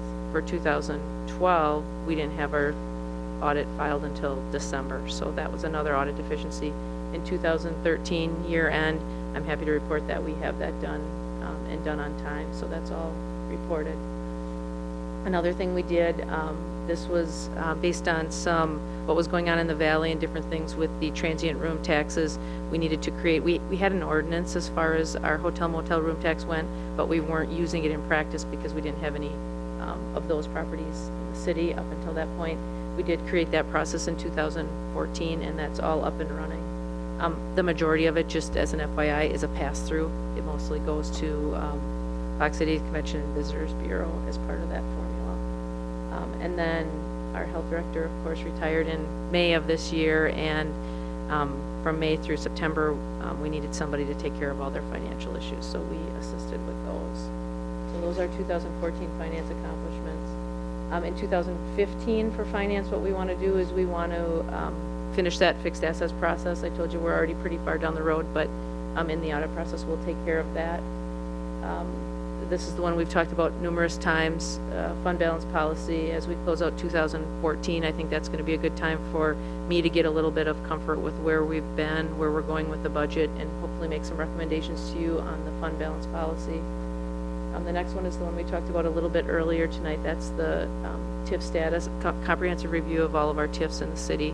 It's really important as far as the TIF portfolio, all of our TIFs, to make sure that on a long-term basis they are meeting the goals of the project plans, and they will pay off so that we can close them and get them back on the tax roll. That's the obvious goal in the end. We're continuing with the debt monitoring, and then just another goal that we set aside. We did get our audit done earlier this year. We had it all closed out by third quarter, but what I'd like to do is I'd like to get that in final form by July 31st. I think that helps the council bring closure to the prior year before we step into the budget process for the next year. So those are the finance objectives. This is just, we can get to this when we get to the budget page for finance, but basically I just showed you the 2014 budget estimate and 2015 budget for finance. No major changes as far as staffing, program, etc. We just had a decrease basically in our health insurance due to somebody not taking the plan they were qualified for. We do have a couple extra audit costs in because as we do these TIF status reports, there's some requirements for TIF reporting, and so there's some audits that we need to do just to get caught up on those regulatory requirements.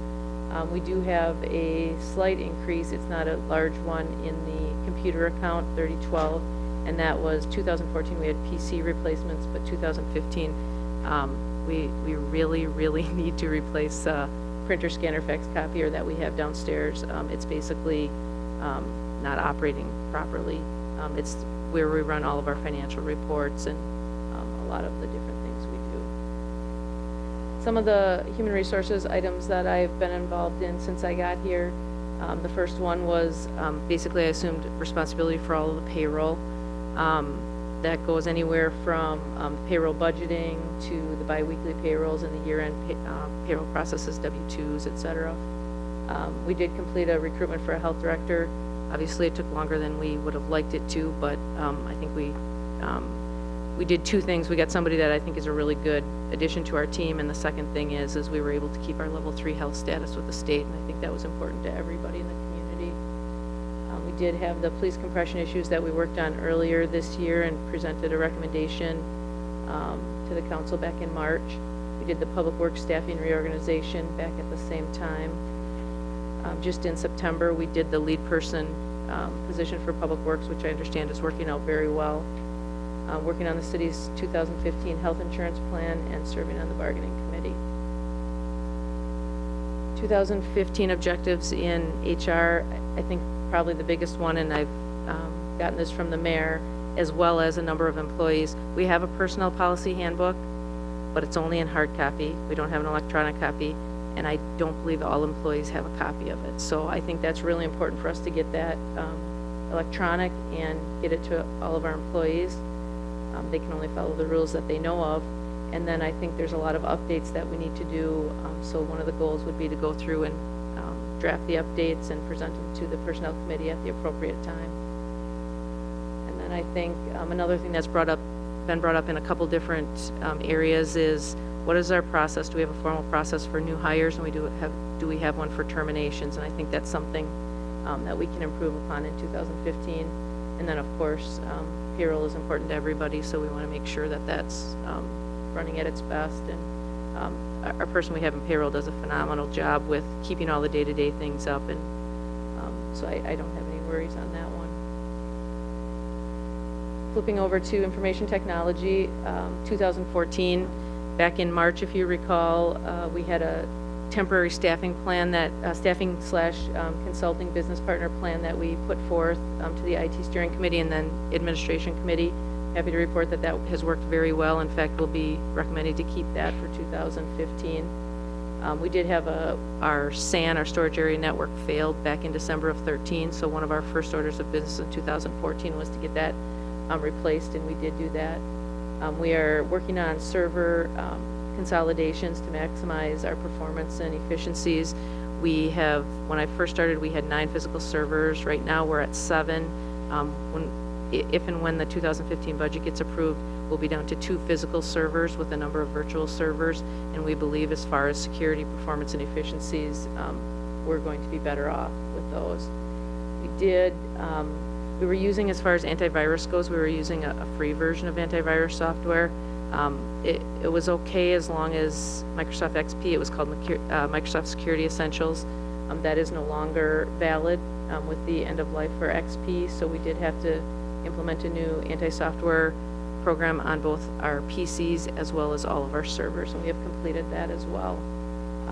We did implement wireless access in all city buildings, well, I shouldn't say all, City Hall, Public Protection Facility, the pool, the senior center, and the health department. And so far, we've replaced 10 PCs, some of our more mission-critical PCs over at the police department. And then we created, we did an update to our city's network mapping and diagramming. We needed that actually for a police audit that was done in May. So these are the few things that we have left for 2014, beginning in 15. We are looking at a new backup solution. We knew our backup solution that we were using, a Unitrends device, was limited, and we weren't actually able to get all of our data and programs that we needed backed up. That will be complete by the end of 2014. The police audit that I mentioned in May of 2014, there were some improvements required by that audit. That was so that the police department can access all of the public crime information, et cetera.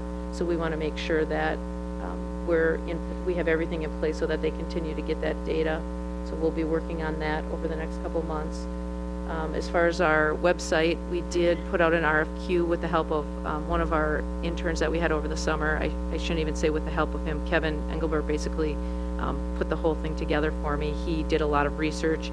I kept feeding him information, and he just kept putting things together, and he came out with a really good RFQ. We put that out in the fall. We had 6 providers that responded, and we're working through that process right now. I'm hoping to have a recommendation. We created a committee. I'll have all of the documentation put together, hopefully for the first meeting in December. But we were really happy. The IT steering committee reviewed the RFQ as well as all of the department heads. Our committee was Alderman Nichols from the IT steering committee, Aaron Zemlach from the police department, Kara Holman from community development, Dorothy Dorshak from public works, and myself. So we've been really pleased with what we've seen so far. We think the website's going to bring some really good things in the future. And then we still have the additional PC replacements that are going to be happening from the 2014 budget at the end of this year. Next year, 2015, of course, we're going to need to implement the website renovation. There are 2 network servers included in the budget. We believe that's needed for performance, security, and reliability purposes of our network. We do have a project in to ventilate the server room, just to make sure that the equipment in there is functioning properly. It gets very warm at certain times of the year. The next one is the parcel management system. I think that fits in very well with the discussion we had earlier regarding the building process, the building permitting, zoning, code enforcement.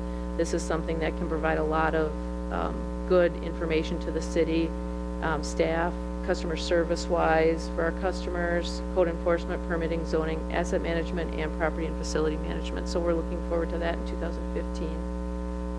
And then, of course, we're working on a 5-year technology replacement plan we've been working on in coordination with the budget. We hope to complete that next year so that we, in addition to all of our CIP items that we have for 5 years, we'd have that as well. And then we have a wireless solution that we're implementing at the marina in 2015.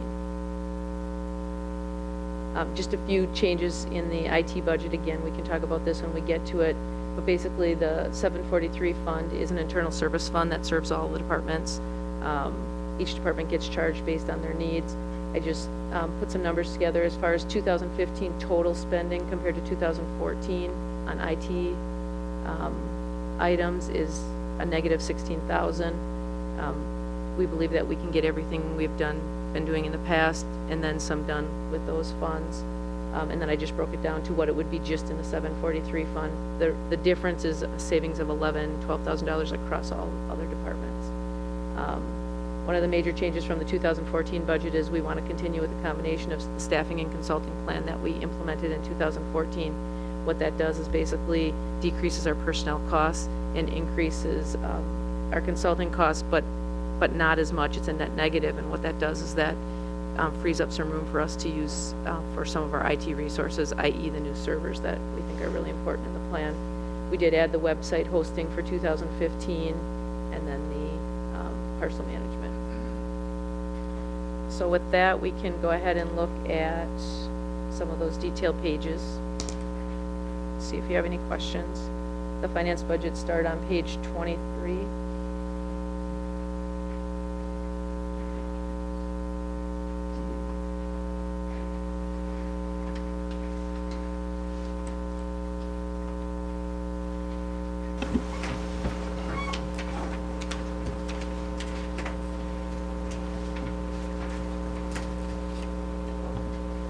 Alderman Engelbert. Hey, just a general question. You had some reorganization with your staff during the course of the year. Is that working out okay? Do you think you're correctly staffed or? As far as the IT, No, well, finance, you had a couple switches, didn't you? we really haven't had any switches in finance. That's been pretty much the same. IT is really the one that, we were down that position last fall when I got here, and we basically decided to backfill that with the consulting partnership, but that's really the biggest change. So we're in the finance budget right now on page 23 through 25. I don't know if there's really anything to add, Peggy, otherwise if there's any questions. The items that I had presented in the PowerPoint, those were the ones that had changed in this budget. Everything else is about the same. The budget's down about 13.5. So, does anyone have questions regarding finance? I do for IT, but I mean, that's down the road yet. We can do IT at the end, yeah. The next budget's the assessor's budget. Nothing really changing in the assessor's budget. We did put a few more dollars in under the appraisal line, and that would just be because our contract with Associated Appraisal ends next year, and we will have to renegotiate that. I just didn't know what the specifics of that would be. Other than that, there's really no other change in that budget. There is a payment, the other municipal entity payment, that goes to the state for the manufacturing assessments. That's not a choice. That's something that's mandated by the DOR.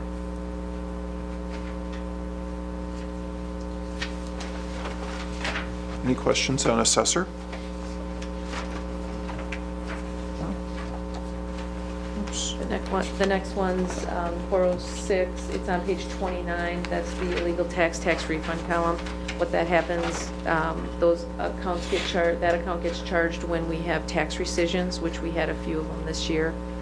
One of them, and I'm still trying to hear back from DOR on how we're going to handle it, but it was the ponds. And there had been a number of residential lots that had been overbooked as far as values. So that's what you see there, that 55,000. Like I said, I'm just waiting to hear back from DOR. Typically, in any given year, there's really not a lot. I think the one from 2013 had to do with the Sikh temple, a rescission that the council had did. So really, it's just if taxes get rescinded, we have to have that expenditure for our portion of the taxes someplace. This is the account for that. Where's the money come from for the? Stan, could you put your mic on? Where's the money come from for the refund? So in this one, because those properties are in TIF 12, it's essentially, my guess is it's going to come from there, but I'm waiting for confirmation from the Department of Revenue. TIF 12 would have then been shorted or not received as much as we would have thought it would have in last year. I should say in 2014. Other questions on that one? No? Next one on page 31 is account 414, that's the uncollectible debt. We do have bad debts, very seldom, but if there would be a bankruptcy and there would be something we couldn't collect, not usually property taxes, real estate taxes, it would be potentially personal property, and then you might see some bad debts in the utilities, stormwater, and sanitary sewer. Questions on that one? No? Next one would be the IT. IT.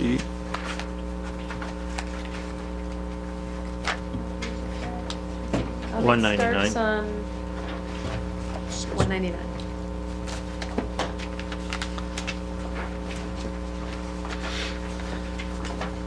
Alderman Sevenek? Thank you. You were talking earlier in your presentation about Wi-Fi solutions at the marina.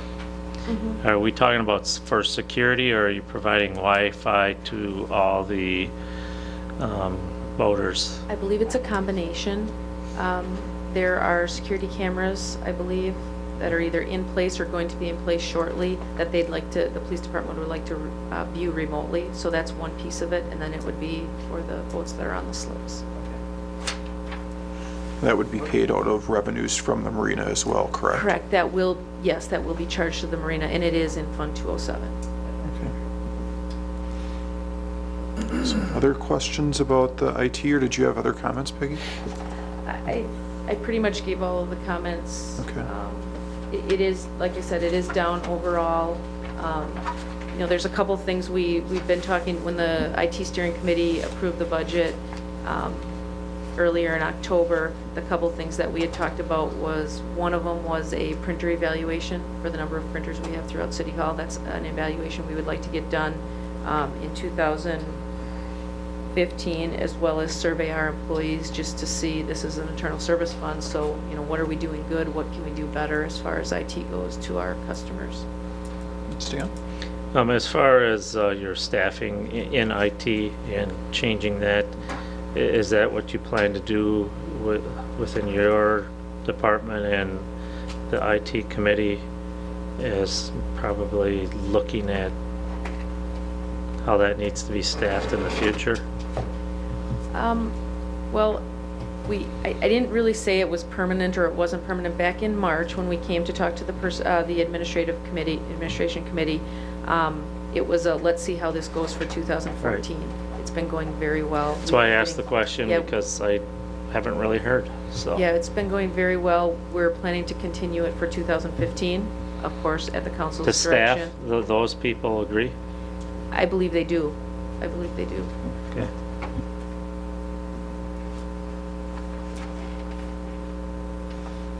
Other IT questions?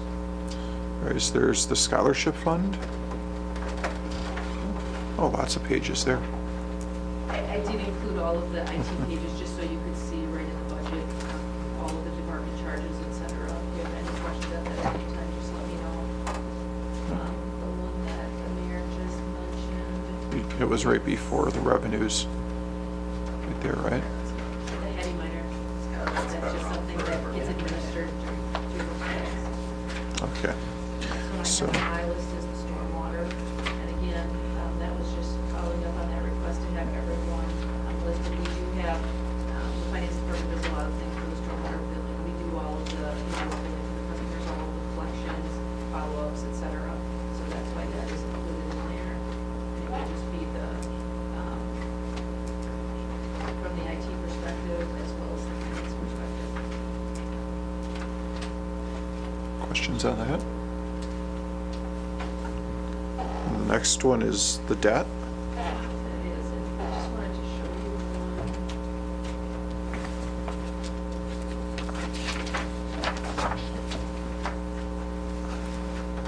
So I could show you our big debt schedule, but it's this big by this big. It goes out to 2034 as of right now.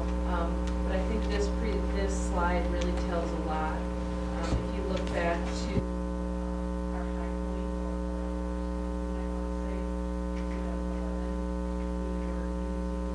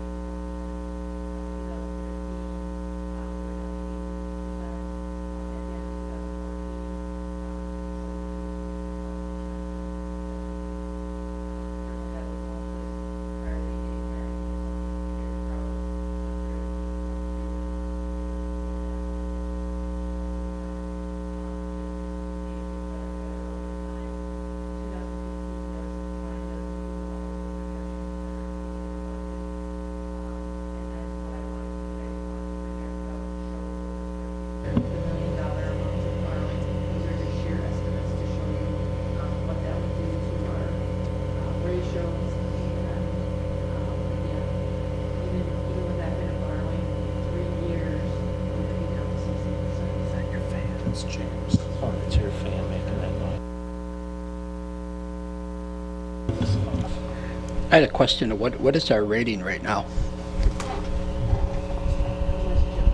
Junk, yep, okay. I do have a call set up with police. They do surveillance ratings every year.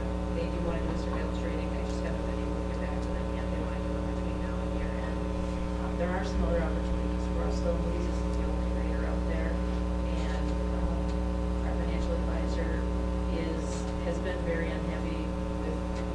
response just because she didn't believe that they were recognizing all the good things that have happened, as well as the fact that it was a court settlement on all of these things like that. So that's something we're going to be investigating with to see if we want to go to a different rating agency, maybe Standard & Poor's. The thing is right now, not being in the market, I don't believe it's really hurting us a whole lot.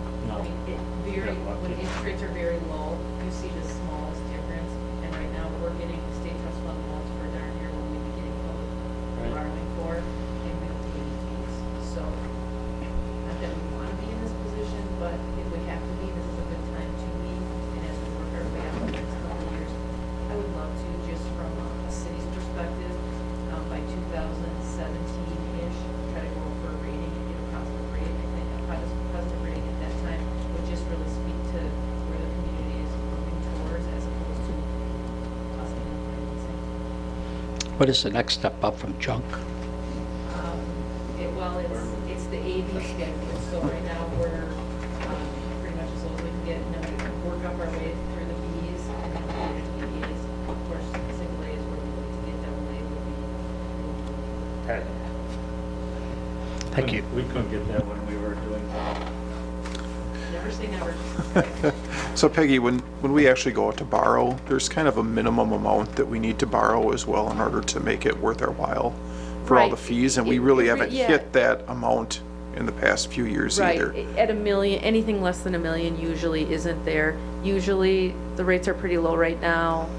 Costs don't go down that far when the rates go down. I would say you're probably looking at about 1.5 minimum, 1.5 million minimum to make it worth your while.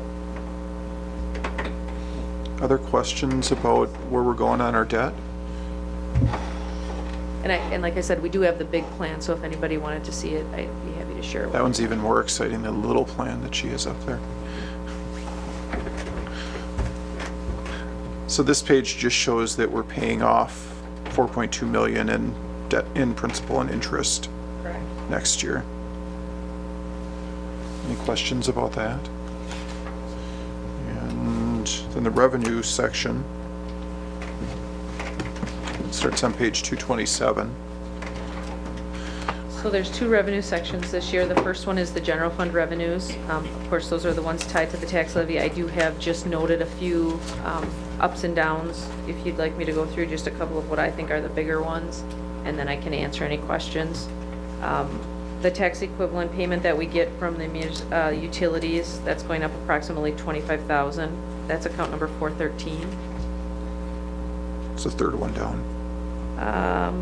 Looking for some bigger ones. Overall, the 421 or 422s, those are all the building permit revenues. Of course, those are all guesstimated based on what we've been seeing or what we know of with construction. Overall, 2014 budget to 2015, we're looking at about 13,000. We do have, down towards the bottom of page 227, 43214, public health. That was, we're expecting an $11,000 increase in that revenue. How about the university? The state payment in lieu of taxes, that's the payment for municipal services, 43204. We're estimating right now the same in 2015 as 14.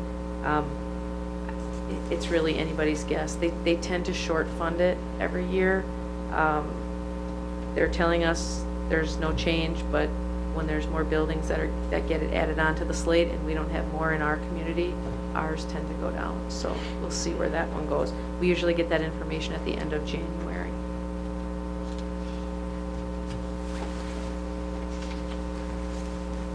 Anything else on page 227?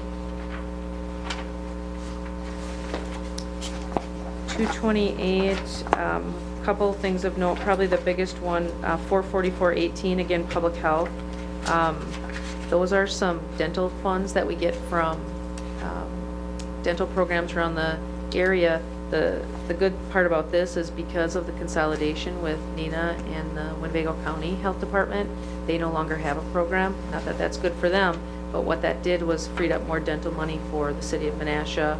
Director Nett had requested that money, and the state said they weren't using it on that program anymore, so we would be able to get it. It It went up a little bit in 2014 from budget, and then it's basically doubling next year.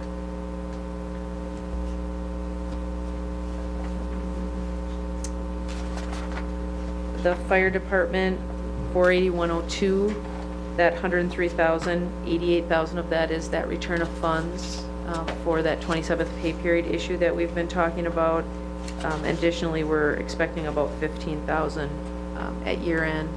Number's a little bit in flux, but we should be pretty close to that. Then we had just a few, you saw the mass transit budget expenditure increase. Number 48103 is that revenue increase to match the expenditure increase. And then we have a couple other items, 48105 street patching, that's going up it was down in 2014, but basically all of that and what's going to be done in 15 is happening in 15. And that account is for the water main breaks and the patches that we do for that. Correct. And then on page 229, lift bridges, 48202 is going up. There's a corresponding expenditure that's going up. The state basically pays us back for all of that maintenance at this point in time. That's why that one's going up. And then some of the admin fees from the TIFs, 49205 through 49235, going up about 23,000 for next year in total.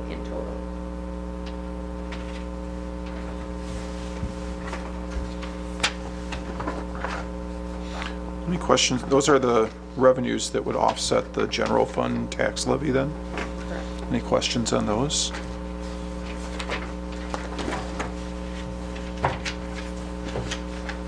I'm not sure.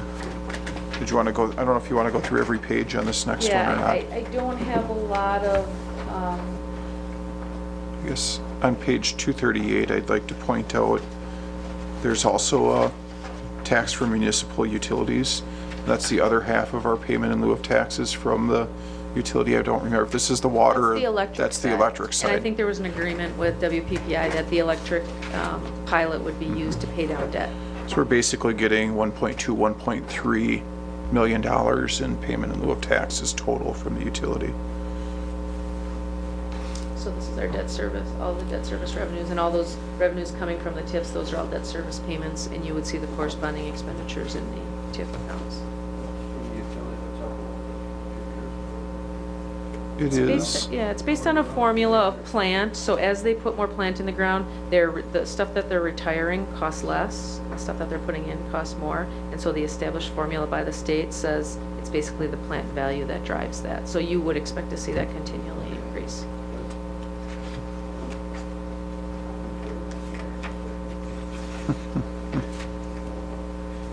And then, like I had mentioned earlier, I'm on 239 right now, but this is TIF 4, so TIF revenues, they do show up the way they should, telling us that they're TIF.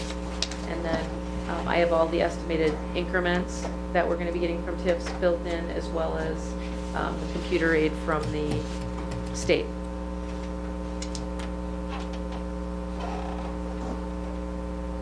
A number of the TIFs that had the activity going on, I know TIF 11,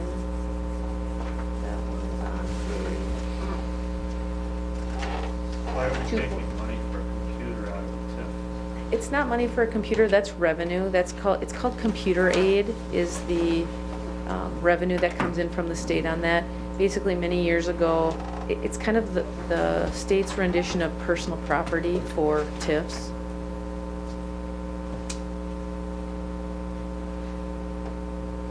And then on page 248, that was TIF 11. We saw those large expenditures, and then we also have the revenue coming in from the state. I believe that's a $500,000 grant.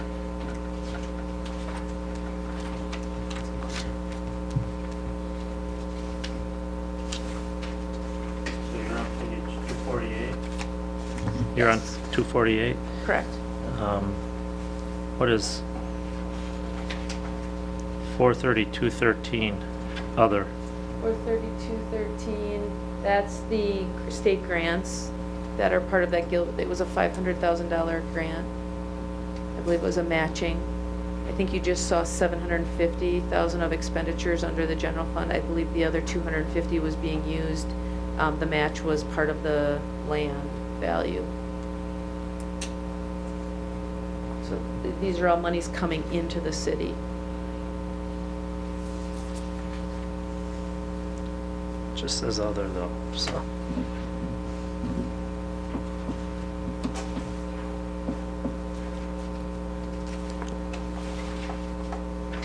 Did you have any other comments, Peggy, on the accounts? I don't see anything else. Well, we spoke briefly, page 253 is the Stormwater Fund. You can see the revenues coming into the Stormwater Fund. Very stable, unfortunately just not enough to cover all of the expenditures, so that's something we will have to deal with in short order.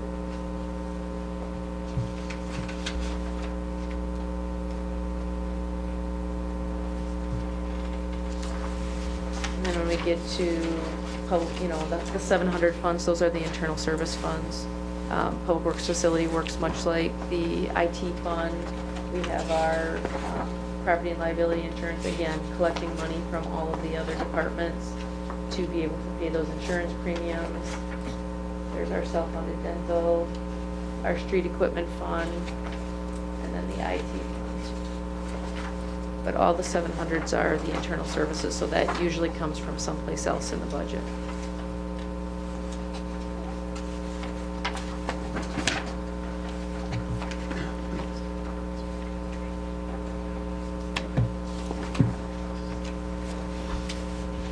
Any other questions for Peggy? Mark? Thank you, Mayor. As our comptroller / treasurer, Peggy, I'm kind of hearing at times some talk out there about how our city isn't doing. This is my 5th year as an alderman now, and my whole first year as an alderman, every meeting we went into closed session about the steam plant. That was my first year as alderman. And making decisions back then was really, really hard. In my 5th year now as alderman, meetings are starting to become fun. We're working beyond that. So I was wondering if you could just briefly tell, for the people that are out there watching this, especially in our community, and I heard the word junk before.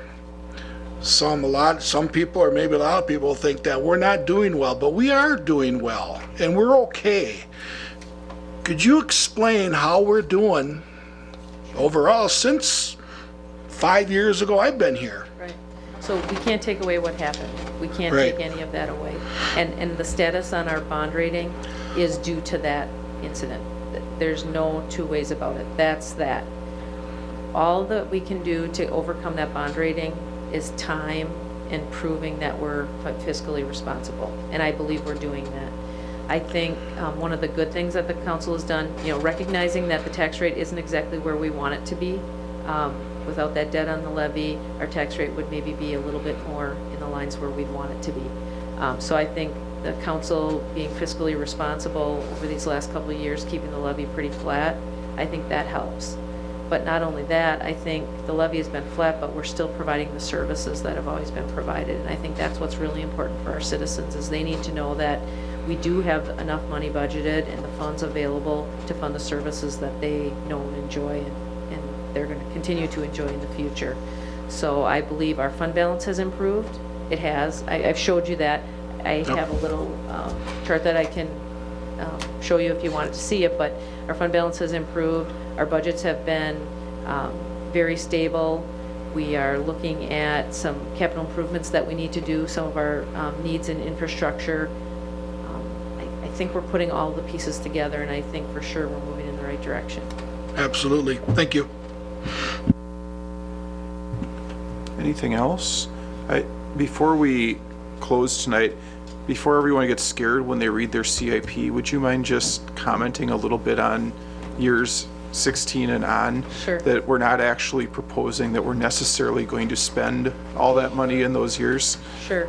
So when we started the CIP back in July, what I was asking from everybody is that they give me all of their infrastructure needs. Over the last 9 months, 12 months, I've heard a lot of people say, well, what about that elevator, or what about that building? We know we need to do those things. So the idea of a 5-year CIP is to get everything that we know of in the plan. Does that mean we're gonna be able to afford everything? Not necessarily. The CIP for the out years for 2016 through 19, that's a planning document. This is a time in 2014 for you to, number one, look at the 2015 projects in detail, make sure that you're on board with them, because that's really what will be voted on the night of the budget approval. It'll be a budget approval and a 2015 CIP approval. Those two go hand in hand.